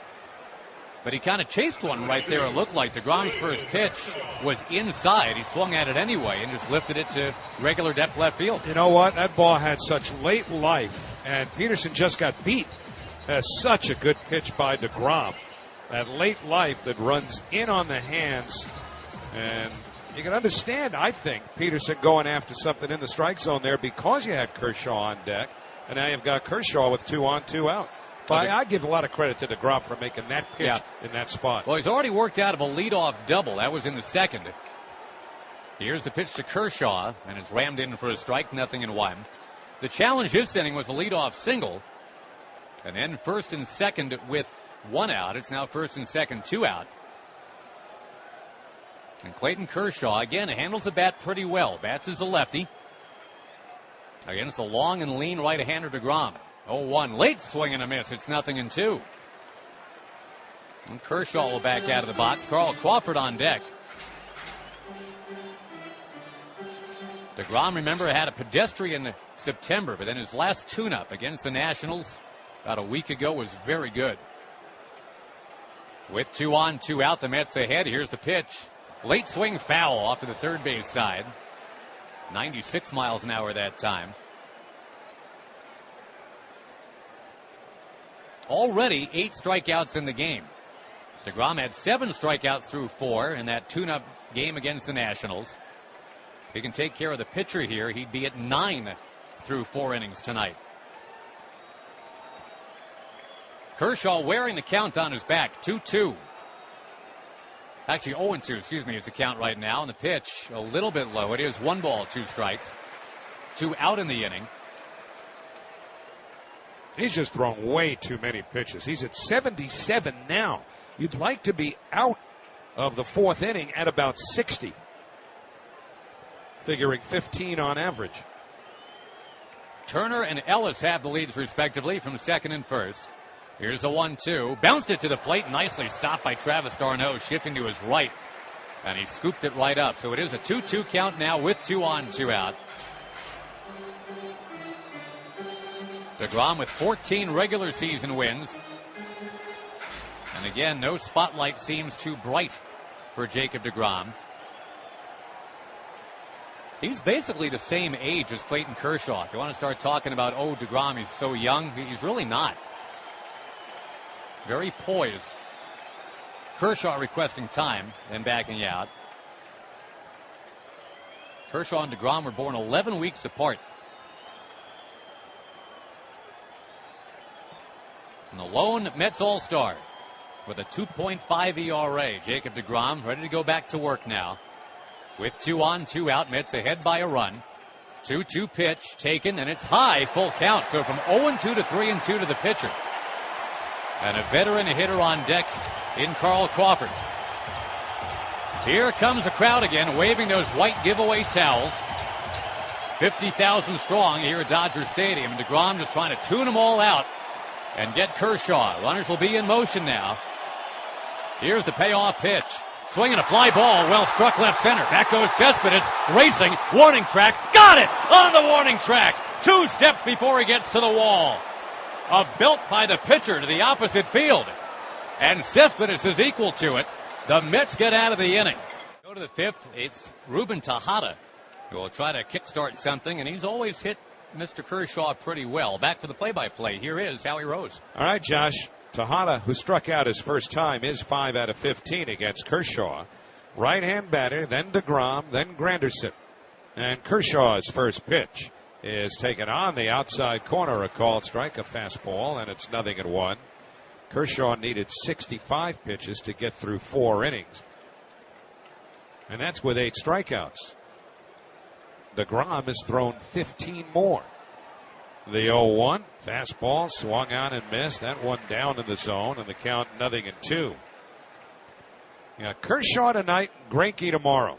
Between them, they went 35-10 this year with a 1.90 earned run average in 65 games started. Now the Mets have the lead here, and the 0-2 on the way is taken on the outside corner, strike 3 called. So Kershaw looked like he threw a little slider that caught the outside edge for his 9th strikeout. 1 away, Jacob deGrom coming up. The injury update is brought to you by InjuryLawyer.com, the Rothenberg law firm, fighting and winning on behalf of seriously injured clients for over 40 years. First pitch to deGrom is a fastball that's outside, ball 1. If you've been injured, call 1-800-624-8888 or visit InjuryLawyer.com. Steven Matz lines up now for Game 4. The 1-0 pop foul coming straight back out of play, 1-1, but we'll issue 2 disclaimers on that. One, that's assuming that nothing else pops up between now and then relative to the muscle in his back that was tight and forced him to miss some time late in the year. He did throw nearly 90 pitches in the instructional league the other day. The 1-1 pop foul going back into the seats downstairs. It's 1-2. That was yesterday, and he came through it fine. But the other thing is, again, if the Mets are down in this series 2-1, do they necessarily go to Mets? I don't think that's etched in stone at all. A lot of that depends on how deGrom comes through this game and where the Mets are. If they're ahead in the series 2-1 and Matz is okay, I think Matz pitches Game 4. Here's the 1-2 pitch. Curveball fouled straight down at home plate. The Terry Collins being very careful, and wisely so, given the enormity, if only in numbers, of the media people here in Los Angeles, not to commit or to even come close to committing to anything. And, the last couple of division series, the Mets haven't even needed a Game 4, including the one against the Dodgers. There's the 1-2 pitch. Breaking ball in the dirt, 2-2. Well, in fact, the Mets have never lost a 5-game series. They've won 3 division series, which are 5 games at most. They did that in 99 against Arizona, 2000 against the Giants, and 06 against the Dodgers. And they won a pair of 5-game league championship series before they were expanded to 7. 2-2 on the way. Fastball swung on and missed, strike 3. And that is strikeout number 10 for Clayton Kershaw with 2 out in the 5th inning. He's got dominating stuff.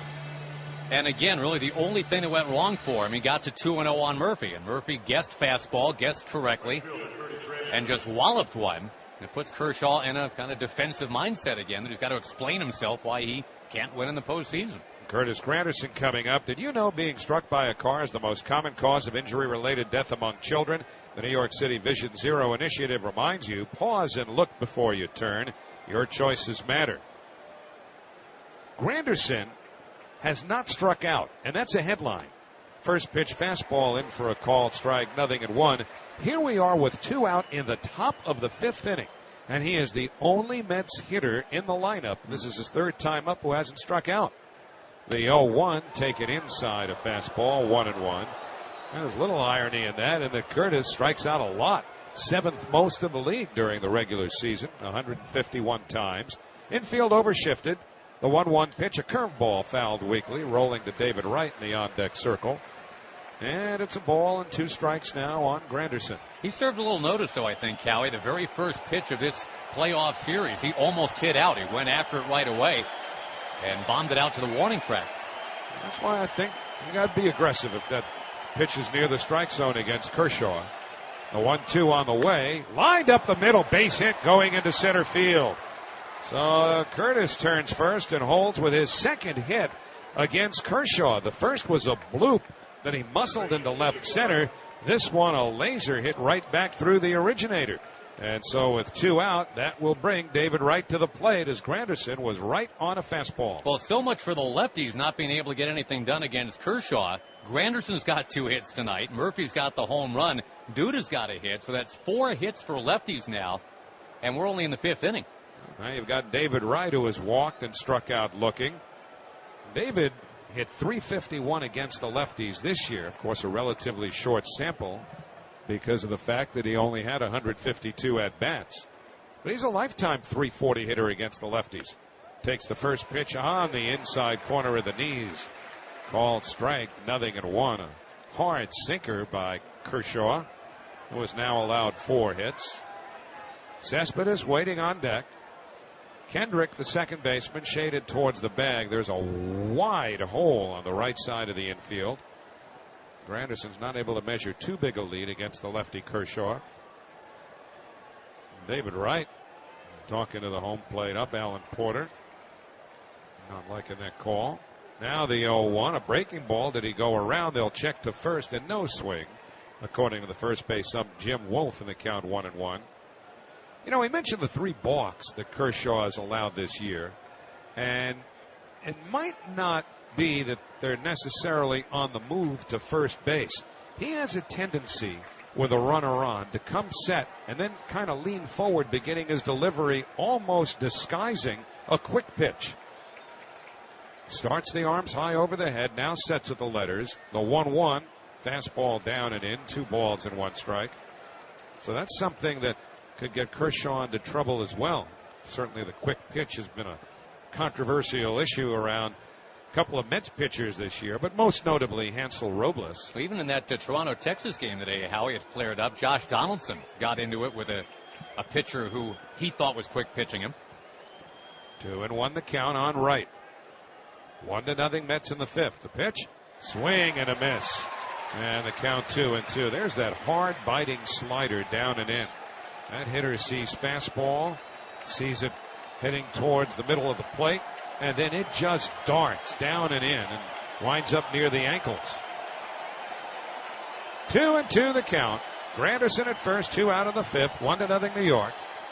Kershaw up over the head, now comes set and throws to first. Granderson is back standing. Now when is Cespedes, the on-deck hitter.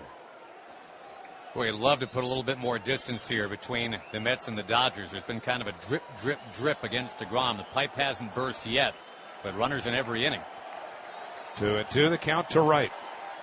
Kershaw sets, now the pitch. Swung on and missed, strike 3, side retired. So again, that hard biting down and in slider for strikeout number 11. 3 in the inning, and the Mets are done in the 5th. In every inning, They're 0 for 6 with men in scoring position. Carl Crawford, left-hand batter, shows bunt, takes a fastball for a called strike, 0-1. Well, in Terry Collins' perfect world, deGrom's able to get this game into the 7th inning, and then Terry can go to his strongest 3 relievers in the bullpen. But deGrom's got a couple innings to get there. The 0-1 swung on and missed. Good hard sinker. And the count, no balls and 2 strikes on Crawford, with Howie Kendrick and Corey Seager to follow here in the 5th inning. deGrom with an 0-2. Down and in. A slider, 1 ball and 2 strikes. Crawford, once upon a time, was a Gold Glove winner in the outfield with the Tampa Bay Rays, where he had his best years.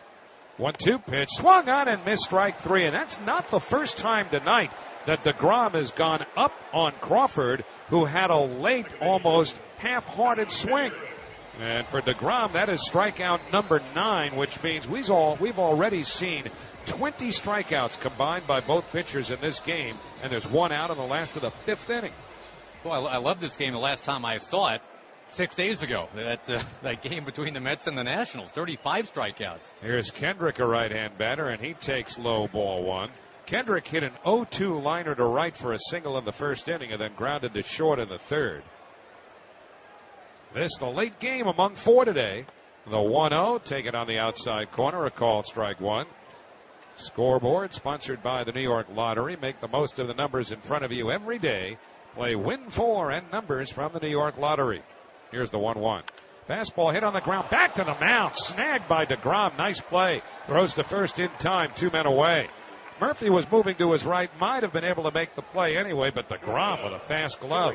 We'll pause here for station ID on the WOR Mets Radio Network. News, traffic, and weather every 15 minutes. Len Berman and Todd Schnitt in the morning. 6 till 10 Monday on 710 WOR, New York. Howie Rose, Josh Lewin with you at Dodger Stadium. Mets 1, Dodgers nothing. Here's Corey Seager, left-hand batter, swings and misses at a fastball, 0-1. deGrom maintaining his velocity at 97. The 8th pitch he's thrown in this inning, and he's already got 2 out with nobody on. He needs this. The 0-1. Fastball swung on and missed, 0-2. Cardinals behind John Lackey, and the bullpen beat the Cubs 4-0 in the opener of that division series in St. Louis. Here's deGrom's 0-2. High to Seager, 1 ball, 2 strikes. The American League Division Series, the Texas Rangers up 2-0. They won both in Toronto, today winning 6-4 in 14 innings. 1-2 pitch. Breaking ball swung on and missed, strike 3. Side retired. 10 strikeouts for deGrom. And he needed this, an 11-pitch 5th inning. So he's at 91 through 5. 10 strikeouts overall as the Dodgers go in order. And at the end of 5, it's the Mets 1, the Dodgers nothing. Coba, New York's boldest. Here's Cespedes. Kershaw deals. Fastball hit deep to left field. Back goes Crawford onto the track in the corner. He makes the catch. Cespedes got just out in front. Hit it off the end of the bat, a shade. And flirted with a home run right in that left field corner where it's 330 feet away, as it is down the line in right field here. And remember, those walls in left and right field are very, very short. They're just 4 feet high. We saw Michael Kadire just about tumble in earlier in pursuit of a ball that dropped in. And now Cespedes, just out in front, misses an opportunity for a home run. 1 away, and here is Murphy, who has gone deep. And deep, in fact, into the right field bullpen his last time up. First pitch on the way. Fastball downstairs, 1-0. Both these starters, Howie, have a chance at their franchise's record for most strikeouts in a postseason game. We could see a Dodger record fall and the Met record fall tonight. The 1-0. Fastball cued off the end of the bat, foul over by the Dodger dugout, which is on the third base side here in the count 1-1. Dodgers got a 15 strikeout game from Sandy Koufax in the World Series against the Yankees back in '63. Mets got a 13 strikeout game from Tom Seaver, right? Game 1 of the '73 NLCS. And wound up losing on homers by Rose and Bench 2-1. Here's the 1-1. Fastball hit high in the air to shallow center. Moving in and under at Peterson, and he makes the catch, 2 men away. You know, the next day in that 73 LCS, John Matlack pitched for the Mets at Riverfront Stadium in Cincinnati. And so much of the conversation around the Mets this year has been about inexperienced pitchers in the postseason. How are they going to do? Well, Matlack that afternoon shut the Reds out on 2 hits. And the only hits were off the bat of Andy Cusco, who was a reserve outfielder, basically a former Yankee, in fact. But that was in the peak of the Big Red Machine.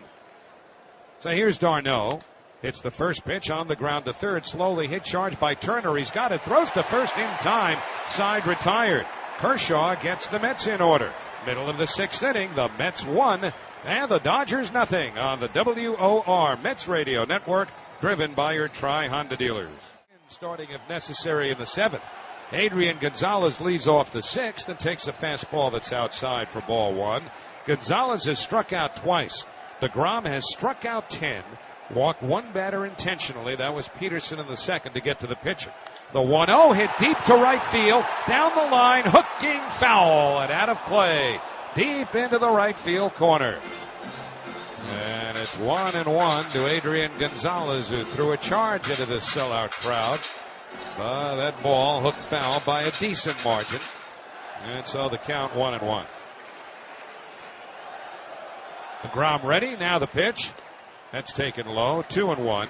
The other division series game we didn't tell you about, if you haven't heard yet, the Kansas City Royals, who trailed by 3 runs a couple of times, came back to beat the Astros 5-4 in Kansas City to even that series at a game apiece. Here's the 2-1 pitch. On the outside corner. Good pitch by deGrom. A fastball at 96. And the count 2-2. Right here in the opener of this division series. Mets 1, Dodgers nothing. Just starting the bottom of the 6th. Granderson very deep and right against Gonzalez, who has great power. Murphy, the second baseman, out in short right, but they're not overshifted. 2-2 pitch. Swing and a fly ball foul down the left field line and out of play.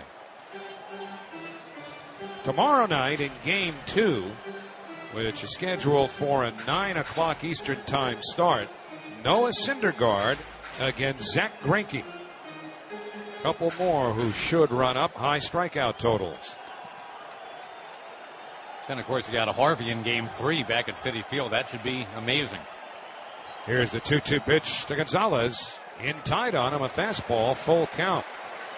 Right now, Brett Anderson, a lefty, is expected to start that game for Los Angeles.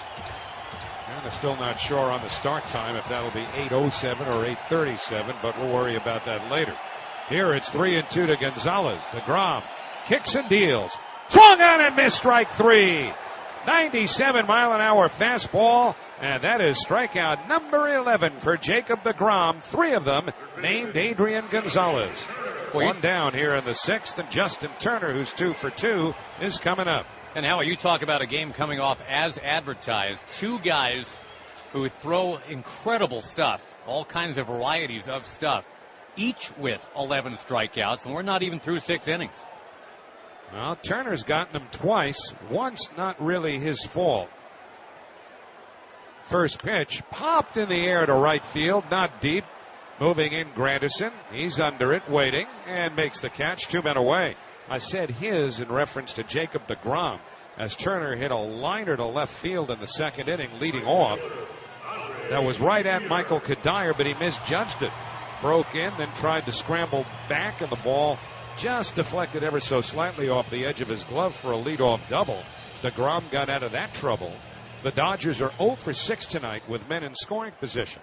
But now deGrom has retired 7 in a row. The next pitch he throws will be his 100th, and it'll be to Andre Ethier, who has struck out twice. 1-0 Mets on Murphy's homer in the 4th. First pitch. Slider. He held back. They'll check at third. He went around, according to Chris Guccione, and it's a strike. So it's 0-1 to Ethier. Boy, his fans reacting like, hey, deGrom doesn't need your help, third base umpire. And Ethier just can't buy a break. Again, he's furious up there with how it's going. This time he got help. He wanted it last time, and Porter wouldn't go. The 0-1 hit high in the air to the left side of the infield. Wright backing up. David Wright, the third baseman, to his right now, makes the catch, side retired. And deGrom has retired 8 straight. The Dodgers go in order. And at the end of 6, it's the Mets 1, the Dodgers nothing on the WOR Mets Radio Network, driven by your Tri-Honda dealers. The postseason game have 11 strikeouts apiece. It has never happened until tonight. Duda taking inside and upstairs. It's 1-0 to begin the 7th inning. Like Bob Murphy used to say, you never know what you'll see when you go to a big league ball game. And here we are in the Mets' first postseason game in 9 years, and already they're in the record books. And this game, if it stays this way, can actually take you back in reverse to about 29 years ago. Pitches low to Duda, 2-0. That epic 86 NLCS, Howie, against Houston, that was the only time there was a 1-0 game in the playoffs involving the Mets with the only run as a home run. That was Glenn Davis that did it. 2-0 pitch. Wanders low, 3 balls, no strikes. That was a game where Mike Scott struck out 14 and loudly announced that he would be a force in that series. That was 29 years and 1 day ago that the Astros won game 1-0 on a home run. 3-0 from Kershaw is taken at the shins for a strike. Duda was 3 steps down the line, thought it was a walk. It is not yet. And everybody, even Duda, mild-mannered at sorts, everybody's taking issue with Alan Porter's strike zone tonight. Remember, Justin Turner did it earlier. He peeled off his shin guard and started down to first. Duda did not start to get undressed there. Well, lefties have been undressing Kershaw tonight. Duda's got a hit. 3-1, riding inside and low, ball 4. So there's a rare walk from Clayton Kershaw. Michael Kadire comes up next. Matter of fact, all the hits in this game, you talk about bucking conventional wisdom, all the hits for the Mets have been by the lefties. The righties are, let's see now, 0-for-12 with 8 strikeouts. Isn't that great? We spend all week previewing and analyzing and all of that stuff that's so overdone to where it almost goes in one ear and out the other, and we're somewhat opposite form. In baseball, you don't know nothing, as the old saying goes. Pitch on the way to Kadire, and that's taken at the knees for strike 1. Of course, in other ways, this is very much according to form. We figured low scoring, and it's certainly been. But again, we didn't figure a record here. First time in the postseason baseball history, both starting pitchers with at least 11 strikeouts in a game. The Murphy home run is the difference right now. Here's the pitch, breaking ball, outside. It's 1-1 on Kadire. And Kadire, remember, turned down more money from his old team, the Colorado Rockies. Thought the Mets would give him a chance to play in October. Took a little less. He was absolutely right. Here are the Mets. The Rockies are watching on TV. 1-1, a little chopper slowly hit near third. Charged by Turner, vacuums it up, double clutch. Still got him by 2 steps. Down to second base goes Duda. Josh Addison Reed has started to loosen up in the Mets bullpen. Ruben Tejada's coming up now, and then Jacob deGrom, and we'll see whether or not, unless Tejada hits into a double play here, Terry Collins is serious about hitting for deGrom here in the 7th inning. Be an interesting choice for Terry Collins. Your choices matter too. Drive responsibly. A reminder from the New York City Department of Transportation and the Vision Zero Initiative. So Tejada, who again has always hit Kershaw pretty well by and large, he's going to have the opportunity now. Tonight he hasn't hit him at all. He's 0-for-2, a couple of strikeouts. Wouldn't that be something if Daniel Murphy ended up being the guy that carried it tonight, and everybody seems to be pointing him off the team for next year. But it's his home run, the only run of the game right now. Pitch on the way. Tejada takes under the hands for a strike, 0-1. One of the longest tenured Mets. He goes back to Shea Stadium. And, you know, had Juan Uribe not injured that chest muscle, Murphy most likely would not have been in this Game 1 lineup. Would have been Uribe probably at second base.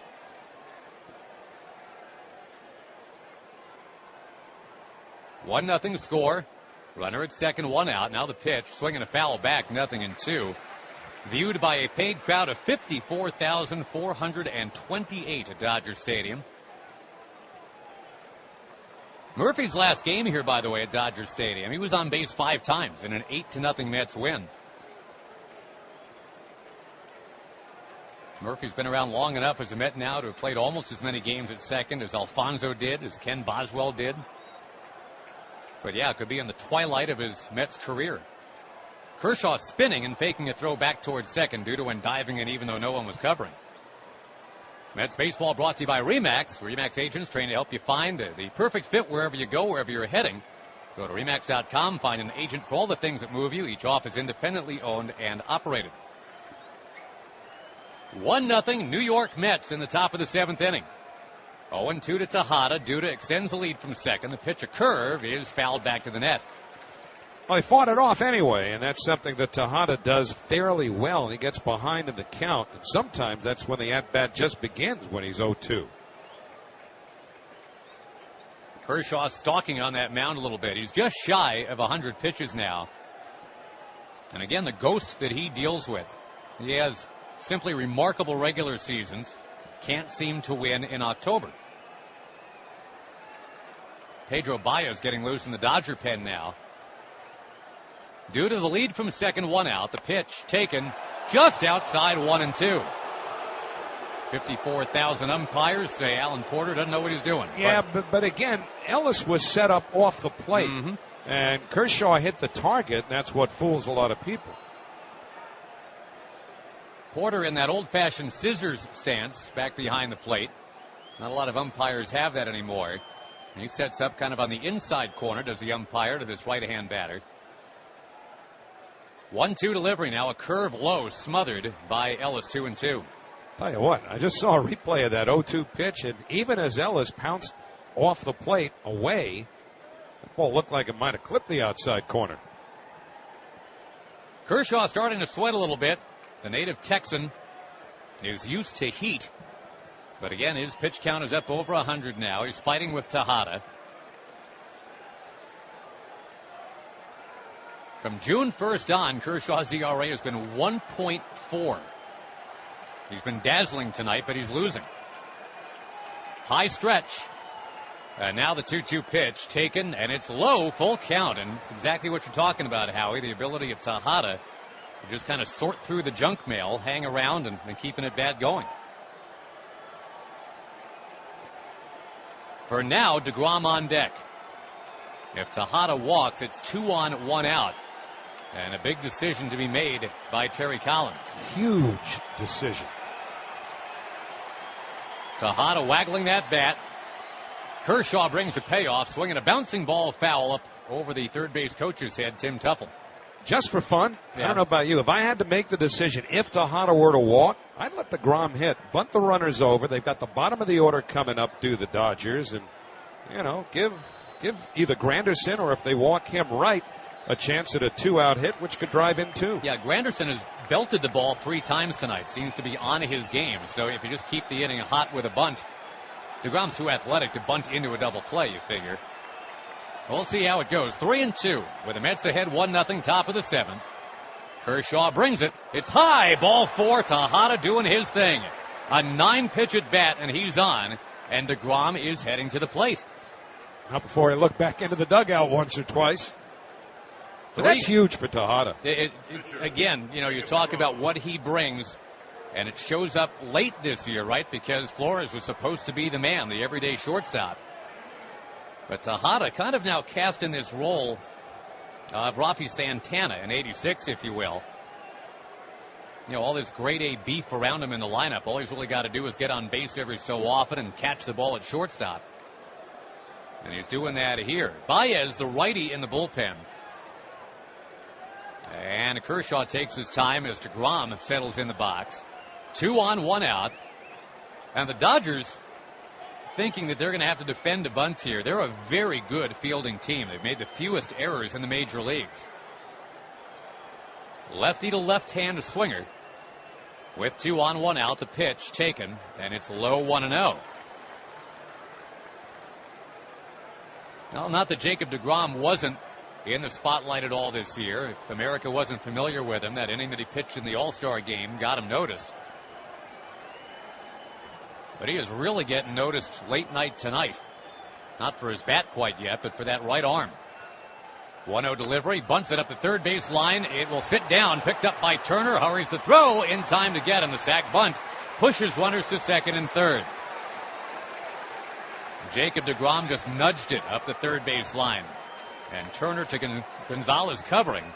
Now a little decision here about how they pitch to Curtis Granderson. Conventional wisdom would be, well, he's just a lefty who doesn't hit lefties.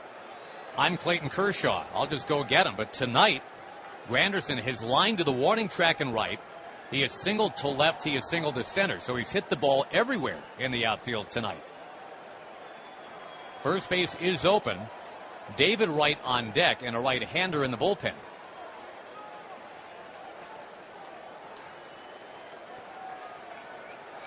And we mentioned Granderson last time he was in the postseason. Did not have a great time of it. He was 3 for 30. But he's 2 for 3 tonight, and the base hit here could break this thing open. 1-0 Mets. Top of the 7th. Shift is on. The pitch fouled straight back. It's 0-1. Boy, you talk about my big stuff against your big swing. 95-mile-an-hour heat. And Granderson just missed it.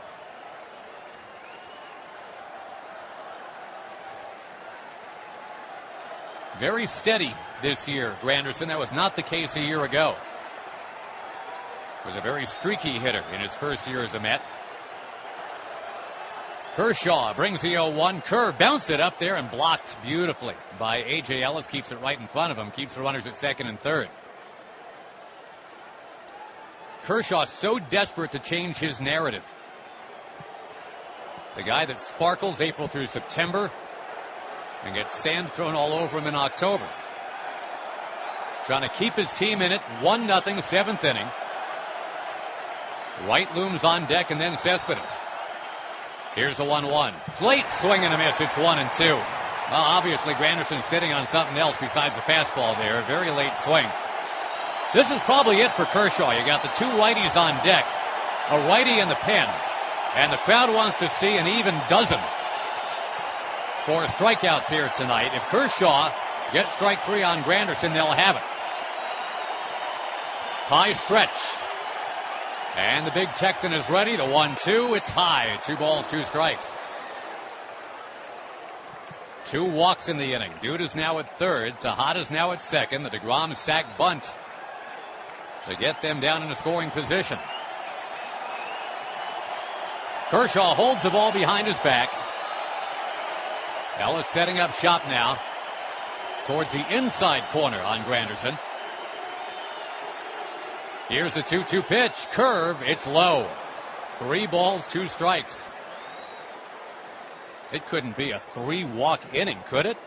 Clayton Kershaw has walked only 40 batters all year, has struck out more than 300. Well, when he's missed with his fastball, he's missed up, and he's buried a couple of breaking balls, really with intent. Those are swing and miss pitches, but Granderson held back. Ellis pounds that catcher's mitt, says, let's go. Kershaw will oblige on 3-2 with runners at second and third. The pitch is blooped foul back this way, up and out of play. So the pitch count keeps climbing, and Baez is ready out there. The Daniel Murphy home run as he steered a 2-0 fastball into the right field bullpen back in the 4th. That's it. That's the only one of the game right now. 112 pitches for Kershaw. 3-2. And the pitch taken. Little bit outside, ball 4. They're loaded up. Kershaw, last year, Howie, had a stretch of 24 games in a row where he never had the bases loaded. And now they are loaded with David Wright coming up. And Kershaw kicking at the dirt on the mound. No move yet from Don Mattingly, but now here he comes up those steps. And it'll be David Wright to face a right-hander, with the Mets trying to put it away here in the 7th if they can. Kershaw pitched a pretty amazing game with 11 strikeouts. But right now he is down 1-0. And Mattingly wants that baseball. Kershaw doesn't want to give it up, but he will. This call to the bullpen brought to you by Lexus of Massapequa and Lexus of Rockville Center. 1-0 Mets. We invite you to drive south for savings. Details after the game. Right-hander Pedro Baez, who threw his changeup a lot more down the stretch and had pretty good results. His best work really has been lately. 3.35 ERA this year. He has given up 4 home runs.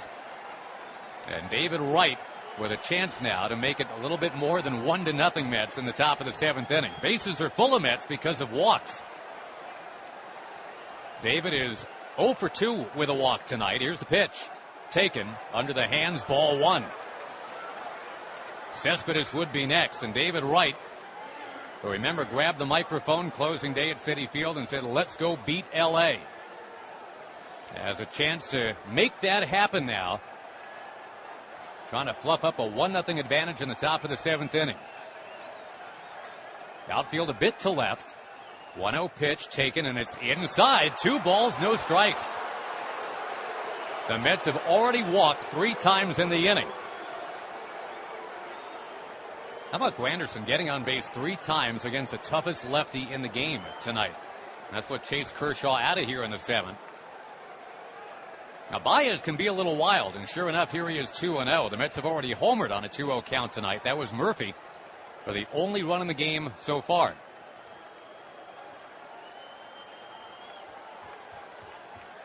Wright had that 12-pitch at bat in the first inning, drew the walk.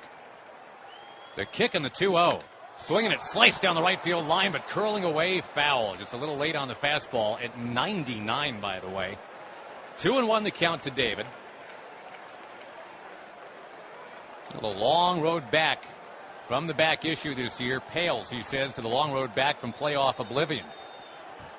The captain was 23 years old last time the Mets were here in the postseason. He was a private, not a captain then.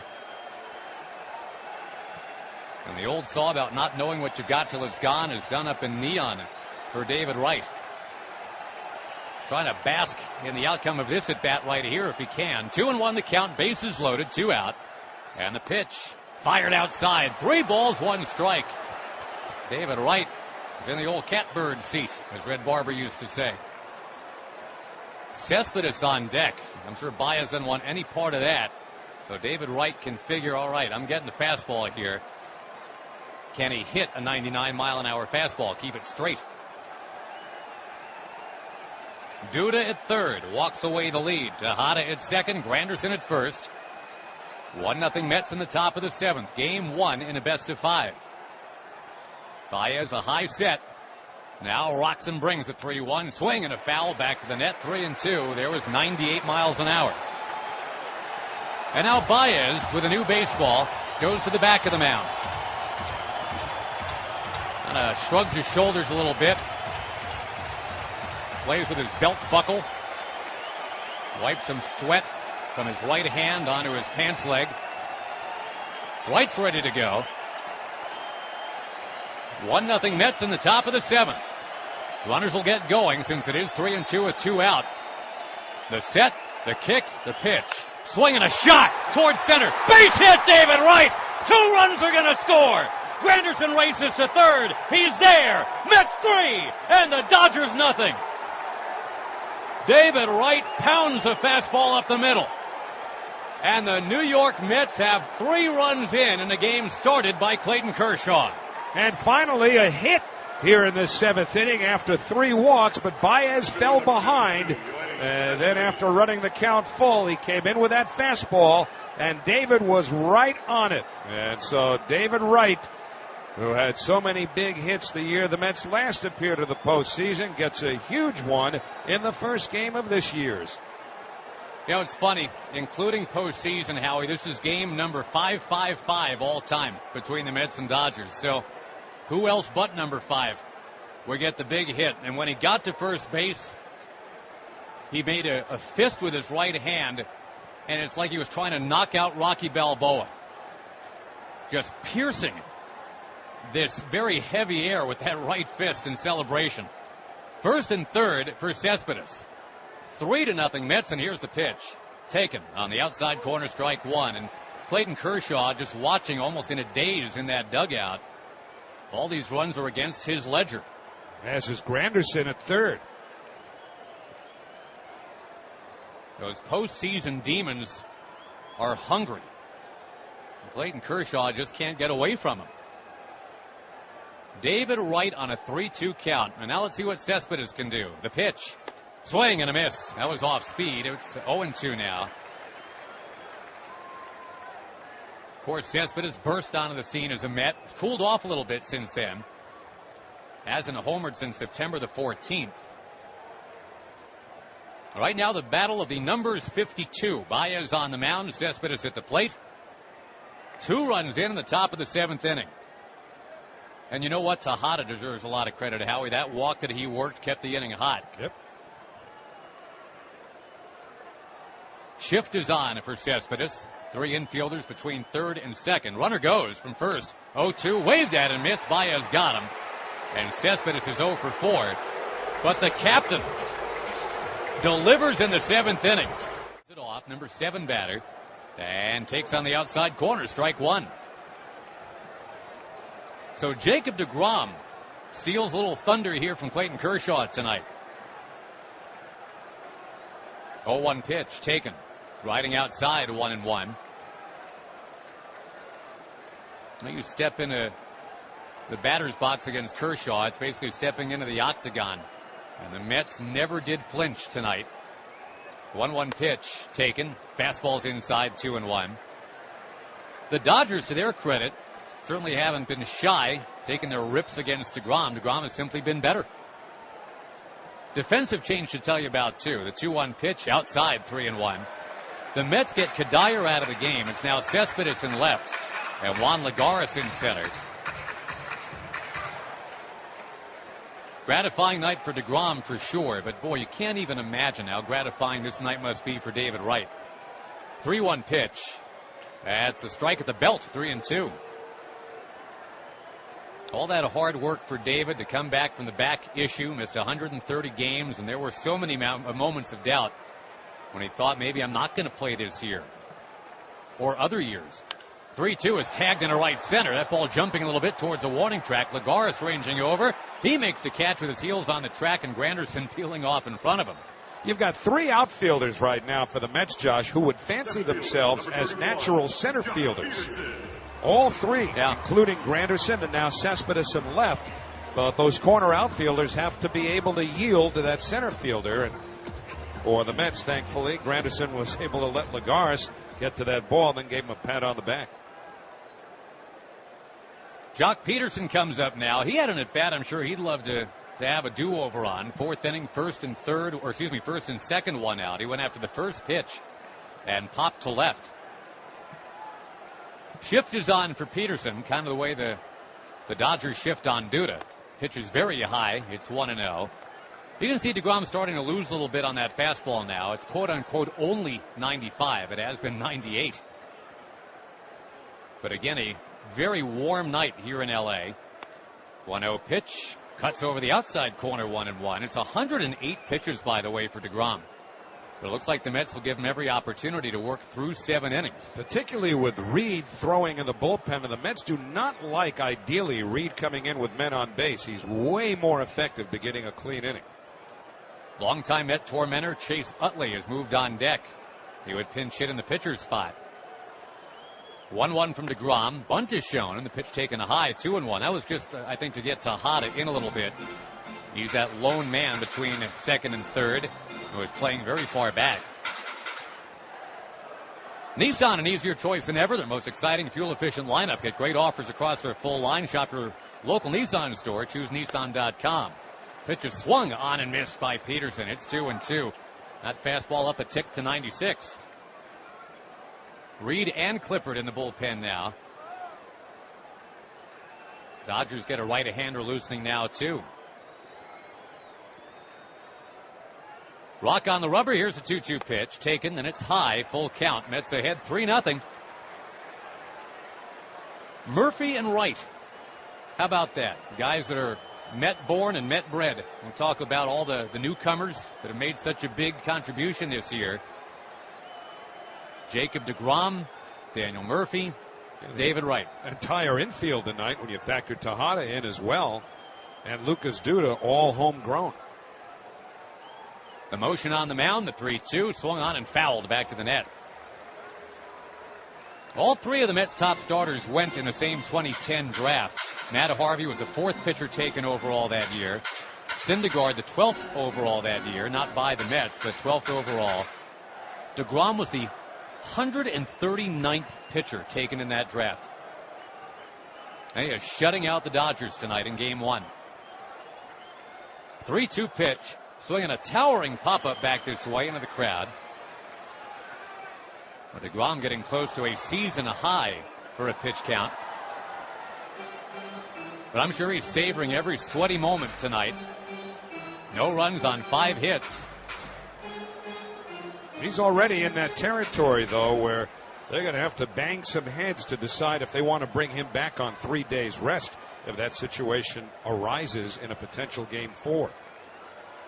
Mets ahead by 3, 3-2 pitch. A little cue shot foul up at third base line.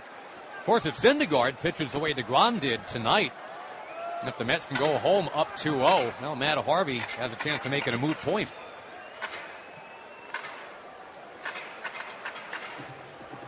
I think one of the real stories, Howie, is how the lefties were able to hit against Kershaw tonight. A lot of people were shaking their heads going, man, it's just such a tough matchup. You got Granderson and Murphy and Duda. How are they going to be able to get on? They all got on. 3-2, wave and a miss. He got him. Changed up on him. And that is strikeout number 12 for Jacob deGrom. One more, he will tie Tom Seaver for the all-time franchise record. Most strikeouts in a postseason game. Kid, he's not really a kid anymore. He's closer to 30 than 20 now, but you talk about not withering in the spotlight of Howie. He gets out there in the All-Star game, strikes out the side on 10 pitches, got the home opener, and he breezed. He's been fantastic tonight. And now it will be Chase Utley to stand in there against him. The former Philly. And the pitch. Bites off the outside corner. The fastball at 96, 0-1. That was pitch number 117, tying the most he's thrown in a game this year. On August 1st against Washington. Start before that, it was deGrom against these Dodgers. And he pitched a 2-hitter. This pitch is low, 1-1. That was 2 hits in 7 2/3 innings. Tonight he's trying to make it 5 hits in 7 innings. Mets are ahead 3-0. 1 in the 4th and 2 in the 7th.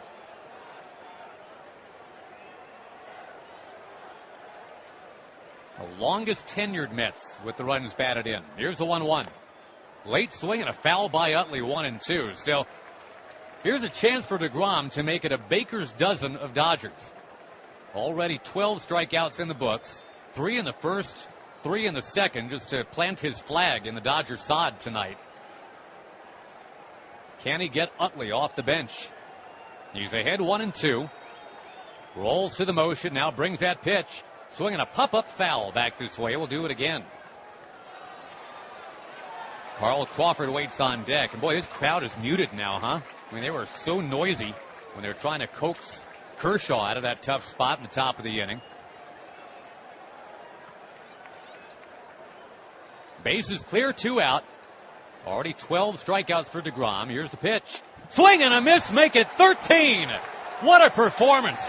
He ties an all-time Met postseason record. Jacob deGrom stands with Tom Seaver, the only Mets to have 13 strikeouts in a postseason game. That one was in a Game 1. This one in a Game 1 that's working out beautifully so far. As we go to the 8th inning, the veteran right-hander, 39-year-old Joel Peralta out of the Dominican Republic, facing Murphy to lead off. Left-hand batter, the righty Peralta deals, and it's low, 1-0. Interestingly, the 2 hitters that Peralta has dominated, going back to his American League days, were batting for the Mets in the 7th inning. Granderson and Cespedes. Those 2 are a combined 1 for 15 against him, but Peralta getting Murphy, Darno, and Duda here in the 8th. The 1-0 changeup, and that's in for a called strike. And it evens the count, 1-1. Murphy struck out and hit that homer deep into the right field bullpen and fly to center. Peralta missed about a third of this season on the disabled list with a pair of injuries, the shoulder and the neck. So he only appeared in 33 games, going 3-1 with a 4.34 earned run average. And the 1-1 pitch. Murphy lines it to right, coming on Ethier, reaches down, makes a tumbling catch as he reaches out and winds up on his knees, but he caught it just before it hit the turf for the out. So the sinking line drive off the bat of Murphy, grabbed by Ethier. 1 up, 1 down, and Travis d'Arnaud coming up. Nissan's an easier choice than ever with their most exciting and fuel-efficient lineup. Now get great offers across their full line. Shop at your local Nissan store and choose Nissan.com. d'Arnaud's grounded to third, struck out looking, and topped to third once again. First pitch to him, taken outside, 1 ball and no strikes. So again, assuming that deGrom is done after 7 with 13 strikeouts, he will leave having tied Tom Seaver's record for strikeouts in a Mets postseason game, although Seaver lost his. The 1-0. d'Arnaud lofts it in the air to deep left center, but it's playable, moving over Crawford, and he makes the catch in front of the warning track, 2 men away. Mentioned that Seaver gave up home runs to Pete Rose and Johnny Bench in that game. Bench winning game 1 of that National League Championship Series in 1973.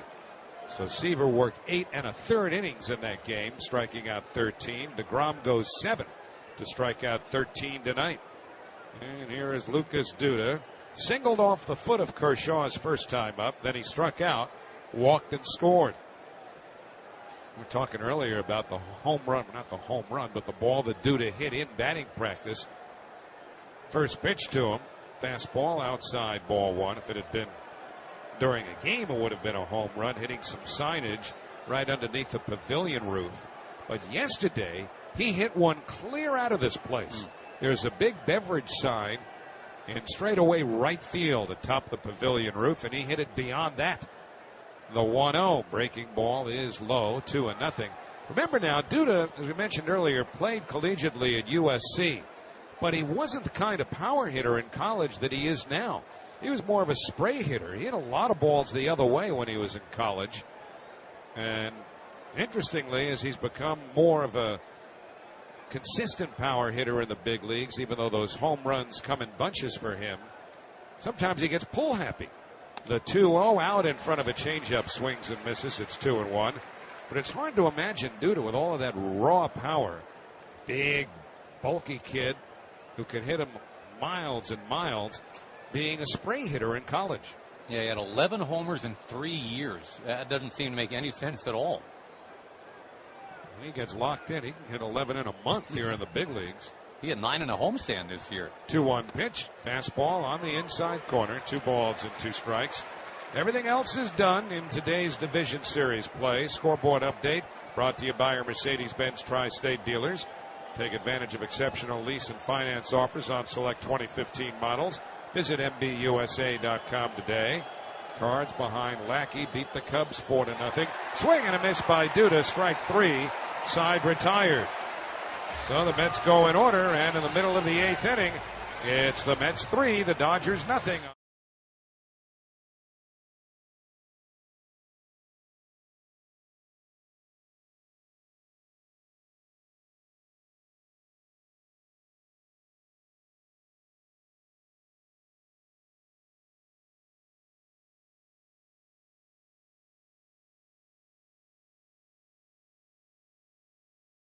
As he was in his first 20 games with the Mets, he struggled over the last dozen to a 7.11 earned run average in the last month of the year. The 1-0 to Crawford, lined in the air to right. Granderson in, he's there, and he makes the catch, 1 away. There's a changeup, but good contact made by Crawford. 1 up, 1 down. Howie Kendrick coming up. And by the way, if there's any uprising by the Dodgers here in this 8th inning, you can expect to see Jeurys Familia in this game. Terry Collins said yesterday, don't be surprised if you see Familia more than once for a 4 or 5 out save. Kendrick is 1 for 3, singled on an 0-2 pitch in the first inning. And the righty Clipper deals right down the middle, a called strike, 0-1, a changeup at 80 miles an hour. So about Jacob deGrom and that experience thing people were worried about. How would an inexperienced pitcher like deGrom fare against Kershaw under the national spotlight of the Division Series on the road? The 0-1 line to left center. That's a base hit for Kendrick, and it's going to the wall. Lagares picks it up on the warning track. Kendrick to second, and he's in standing with a 1-out double. So to answer the question, after deGrom goes 7, allowing 5 hits and no runs, walking just 1 batter, and that was intentionally, and striking out 13, now it's in the hands of the bullpen. And with 1 out, Howie Kendrick singles or doubles sharply up the gap in left center. And that brings up another left-hand hitter, Corey Seager, with left-hand batting Adrian Gonzalez behind him. I wonder if this 21-year-old Howie has seen a changeup quite like this that he's going to see from Clippard, no doubt. The outfield is very deep. Right way off the line at third. Clippard sets. Here's the first pitch to Seager. It's a fastball, and it's just outside, ball 1. Clippard's body language suggests that he wanted that call. Doesn't get it. He's not the only one tonight. And now Travis d'Arnaud, sensing some of that uneasiness, and Clippard hustles out to the mound and just slows him down, pats him on the shoulder, and gets him to reset. And the crowd is loud now, really, as they've been all night. That's 3, Dodgers nothing, 1 out last of the 8th. Kendrick, decent speed at second. Clippard checks him, now the 1-0. Swung on and missed by Seager. A fastball at 93 in the count, 1-1. So there's 13 miles an hour separation between Clippard's changeup and his fastball. That's quite an adjustment for a kid like Corey Seager, but he's adjusted to everything else in his first month and change in the big leagues. He is now no longer the shortstop of the future. He's the shortstop of the present. And time called at home plate. Seager grew up in Charlotte, North Carolina.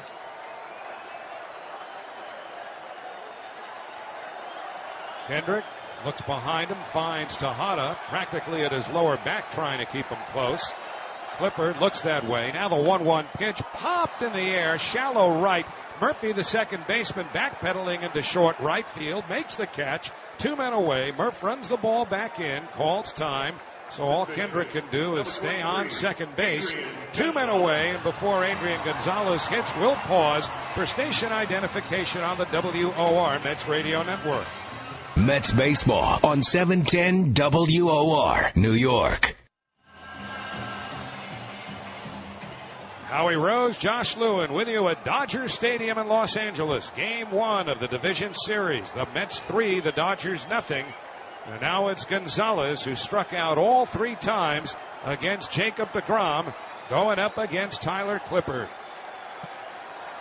Another left-hand batter, the outfield deep and straight away. Here's the first pitch. Taken high and outside, 1 ball and no strikes. Adrian just 1 for 8 with a couple of strikeouts against Clippard. Now the right-hand batter, Justin Turner, on deck. It's the right-hand hitter, Kendrick, who has the hit in the inning, a 1-out double.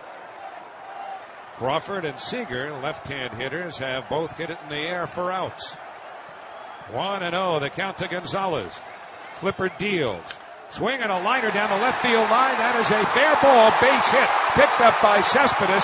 Kendrick comes home to score. The throw goes to second. Stopping at first with an RBI single is Adrian Gonzalez. The Dodgers are on the board.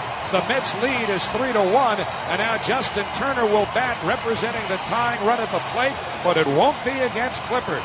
Terry Collins is on his way out to the home plate up Alan Porter. He'll make a double switch. So it's the Mets 3, the Dodgers 1. Tying run at the plate with a runner at first, 2 out here in the bottom of the 8th inning. And this pitching change is sponsored by the New York Lottery. Make the most of the numbers in front of you every day. Play Win 4 and numbers from the New York Lottery. Mets, as the double switch brings Jeurys Familia into the game with the Mets leading 3-1. And Gonzalez at first, 2 out of the bottom of the 8th inning with Justin Turner coming up. Daniel Murphy moves from second base to first base. Kelly Johnson comes into the game to play second base. So Lucas Duda is out of the game.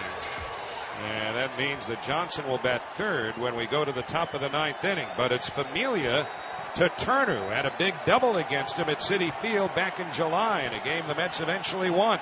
First pitch, slider, foul back to the screen, 0-1. Familia in a hot spot, but don't you sweat it. Get cozy with Luxair for year-round savings on heating and cooling. Familia finished third in the league in saves with 43, tying Armando Benitez's club record set 14 years ago. 3-1 New York. The outfield deep. Murphy playing in front of Gonzalez. The pitch to Turner, a fastball low. 1 ball and 1 strike. A 97-mile-an-hour fastball. So that Met infield is now Murphy at first, Johnson at second. Tejada the shortstop, and he's angled into the hole. David Wright, the third baseman, is guarding the line and behind the bag. And again, the outfield deep and straight away, and Turner's got pop. He hit 16 home runs this year. Familia sets at the letters. Here's the 1-1 to Turner. Swing and a liner to first. Caught by Murphy. Side retired. A soft line drive. It was a 98-mile-an-hour fastball. And the Dodgers are done in the eighth. 1 run on 2 hits. They do that against Tyler Clippard. No errors, 1 left at the end of 8 innings. It's the Mets 3, the Dodgers 1. Last winter that sent D. Gordon to Miami, and he wound up winning the batting title. Andrew Haney, we mentioned him earlier, was one of the players acquired by the Dodgers from the Marlins, and they flipped him to the Angels in the Howie Kendrick deal. Well, Hatcher will face the bottom third of the Mets order. Lagares, Tejada, and Johnson, the first and third of whom did not start this game. First time up for Lagares, and the first pitch is low and goes off the glove of the catcher Ellis and all the way to the backstop. Juan hit .261 this season with the Mets. We've got Turner, the third baseman, even with a bag.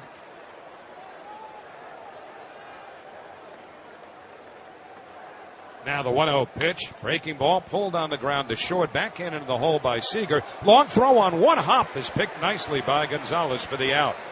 Adrian Gonzalez, a terrific defensive first baseman. And he just picked up his shortstop, young Mr. Seager. That's the first ball that Seager's had to handle all night because everybody's been striking out or getting base hits.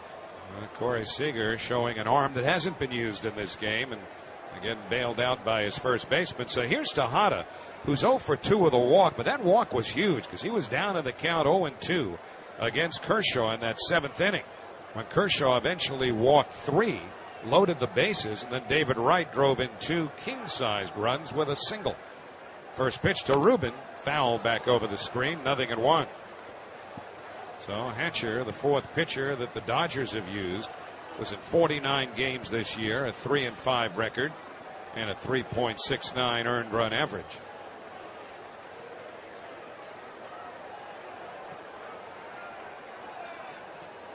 Justin Turner right at the third base bag.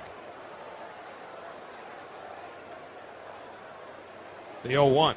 Tejada fouls it off the shin guards of the catcher A.J. Ellis, and the count 0-2. Turner very active ordering Seager kind of hither and yon right now, and also the outfielders. Nobody knows Ruben Tejada's tendencies, you could argue, Howie, on that Dodgers side more than Turner does, because those guys played together right next to each other, in fact, for dozens and dozens of games.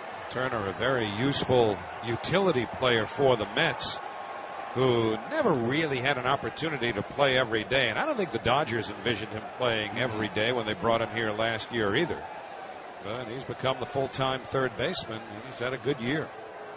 Here's the 0-2 to Tejada. Fastball foul down the right field line, out of play. Now, if you want to look ahead to the bottom of the ninth, the Dodgers will be scheduled to send up Andre Ethier, A.J. Ellis, and Jock Peterson. And remember, Jerry's Familia is already in the game. So that's why you've got Kelly Johnson on deck, having come in as part of the double switch. And one very interesting name is a pinch hitting possibility. That's Jimmy Rollins. 0-2. Now the pitch to Tejada. Swung on and missed, strike 3. Hatcher gets him with a 97-mile-an-hour fastball. I mean, what's new? This is the third pitcher out of the Dodgers bullpen tonight. He's throwing 97. Don't they all nowadays? That's one of the biggest changes in baseball, the velocity that you see coming out of bullpens. And it's, just like out of a Pez dispenser, one right after another. It's not just one guy that throws 97. It's everybody. That's a big reason why strikeouts are up so dramatically over the last few years around baseball. 14 Mets have punched out in this game. Kelly Johnson, left-hand batter, takes a breaking ball in the dirt, ball one. Kelly very useful to the Mets. 49 games with them. He hit .250 with 5 homers and 13 RBIs, a .265 average overall, 14 homers, and he drove in 47 runs, and he's a postseason veteran. 3 different teams. The 1-0 pulled on the ground to first. Gonzalez has it. He'll run to the bag in time to beat Johnson. Side retired. Mets go in order. Middle of the 9th inning. It's the Mets 3, the Dodgers 1 on the WOR Mets Radio Network, driven by your Tri-Honda dealers.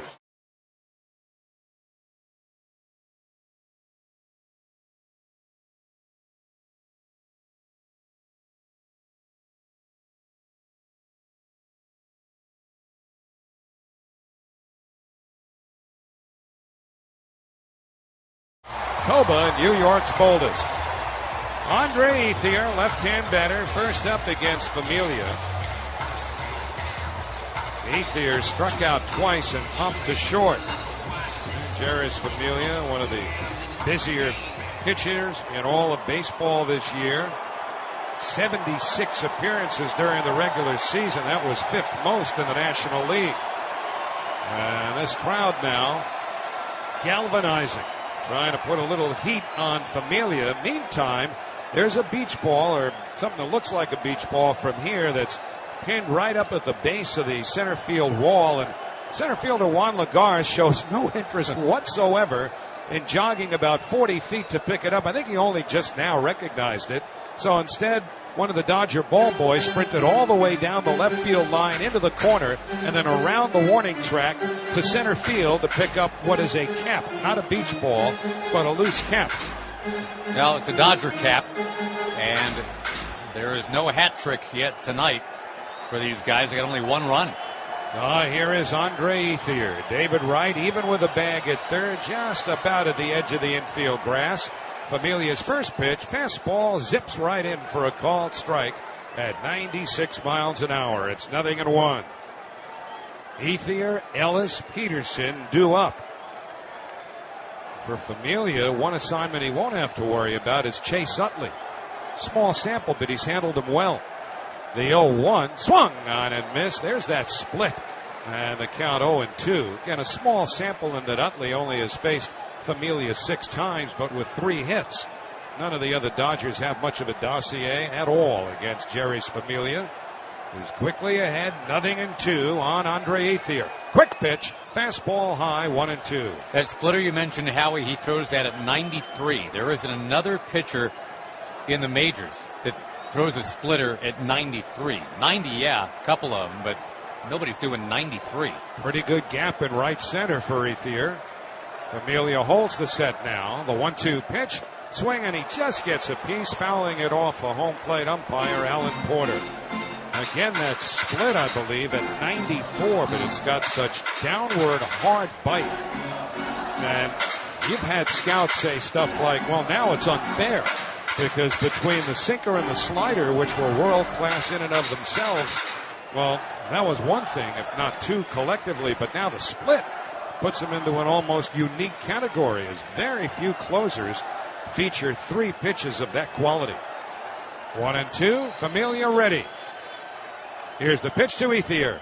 Swinging a bouncing ball to first, charged by Murphy. He's got it, runs to the bag, 1 man away here in the 9th inning. And remember, Howie, the Dodgers have not seen this splitter up close because the Mets and Dodgers haven't played since July the 25th. It was the beginning of August where that pitch really took form for Familia. So this is a whole new wrinkle for them that they're seeing live. And now Jimmy Rollins, the former Philly partner of Chase Utley's in the middle infield, will be the pinch hitter for A.J. Ellis. Remember, Rollins is a switch hitter, so Don Mattingly getting another left-handed bat in there as Rollins hits for Ellis. Jimmy Rollins this year hit just .224 and lost that starting shortstop job. First pitch on the way. A fastball buzzes in for a called strike at 93. It's 0-1. Noah Syndergaard tomorrow against Zach Greinke. This one still to be decided. 3-1 New York. Quick pitch on 0-1. Foul back to the screen. A fastball at 98. And it's 0-2 to Jimmy Rollins. You got to keep him off base because the man on deck, Howie, is Jock Peterson. And he can really hit him a long way. You don't want to give him the chance to tie it up by just walking into one. Well, you know it's the postseason when every player in both dugouts is draped along the railing. That's how it is on both sides of the field. Familia sets, holds the set. The 0-2 to Rollins. Fastball pulled on the ground wide. A first diving stop by Murphy. Gets up, flips to Familia. Out at first. 2 men away. Beautiful play by Daniel Murphy and by Jeurys Familia to get off the mound in a hurry. And so the diving stop by Murphy. Familia helping out on the back end. 2 up, 2 down. Dodgers down to their last out. It'll be left-hand hitting Jock Peterson coming up. All the Murph moments have been good Murph moments tonight. The defense, which sometimes is not number one on the playlist for Daniel, has been very good tonight. Murphy diving to his right to backhand that ball, but Rollins still gets down the line pretty well, so it was incumbent upon Familia to get to the bag even faster, and he did. Remember, Murphy played most of this game at second base, so his first postseason game has been especially memorable. And now it's down to Peterson, who was intentionally walked in the second, flied to left and struck out. 3-1 Mets, 2 out, nobody on. Familia sets, the infield overshifted. First pitch, fastball in for a call strike. It's 0-1. 98-mile-an-hour fastball. On deck is a switch hitting catcher, Yasmani Grindal, who would bat for Hatcher if it gets that far. Familia trying to end it right here, right now. 0-1 to Peterson, the outfield deep. Familia's pitch, inside, 1 ball and 1 strike, a split at 93. You've got Lagares, the center fielder, shaded a couple of steps the other way. Peterson not only has great power, he's got a pretty good eye. Even though he strikes out a ton, he also walked 5th most in the league. So despite a .210 average, his on-base percentage was very respectable at .346. 1-1 the count. Familia sets at the letters. Here's the pitch. Little chopper foul off his leg at home plate. Now Familia's a strike away with a count 1-2. Familia, who generally stays right on that rubber, has to move up a little to get a new baseball after the foul. And just takes one contemplative moment, takes a deep breath, and now goes back to his office, leaning towards the first base side of the pitching rubber, resting the glove against his chest. Now brings the hands together. The 1-2 pitch inside, 2-2, a fastball, and he dialed that up to 99, the hardest pitch he's thrown. Lots of Mets fans here. They're on their feet trying to make some noise.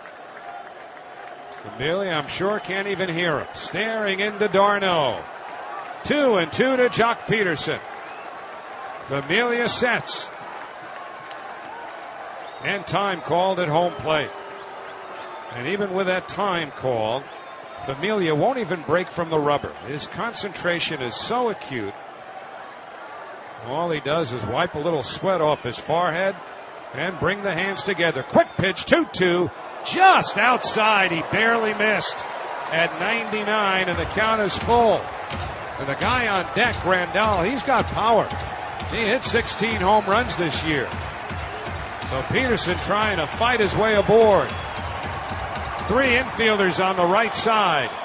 3-1 Mets. 2 out. Nobody on. Bottom of the 9th. It'll be a payoff pitch to Peterson. Familia ready.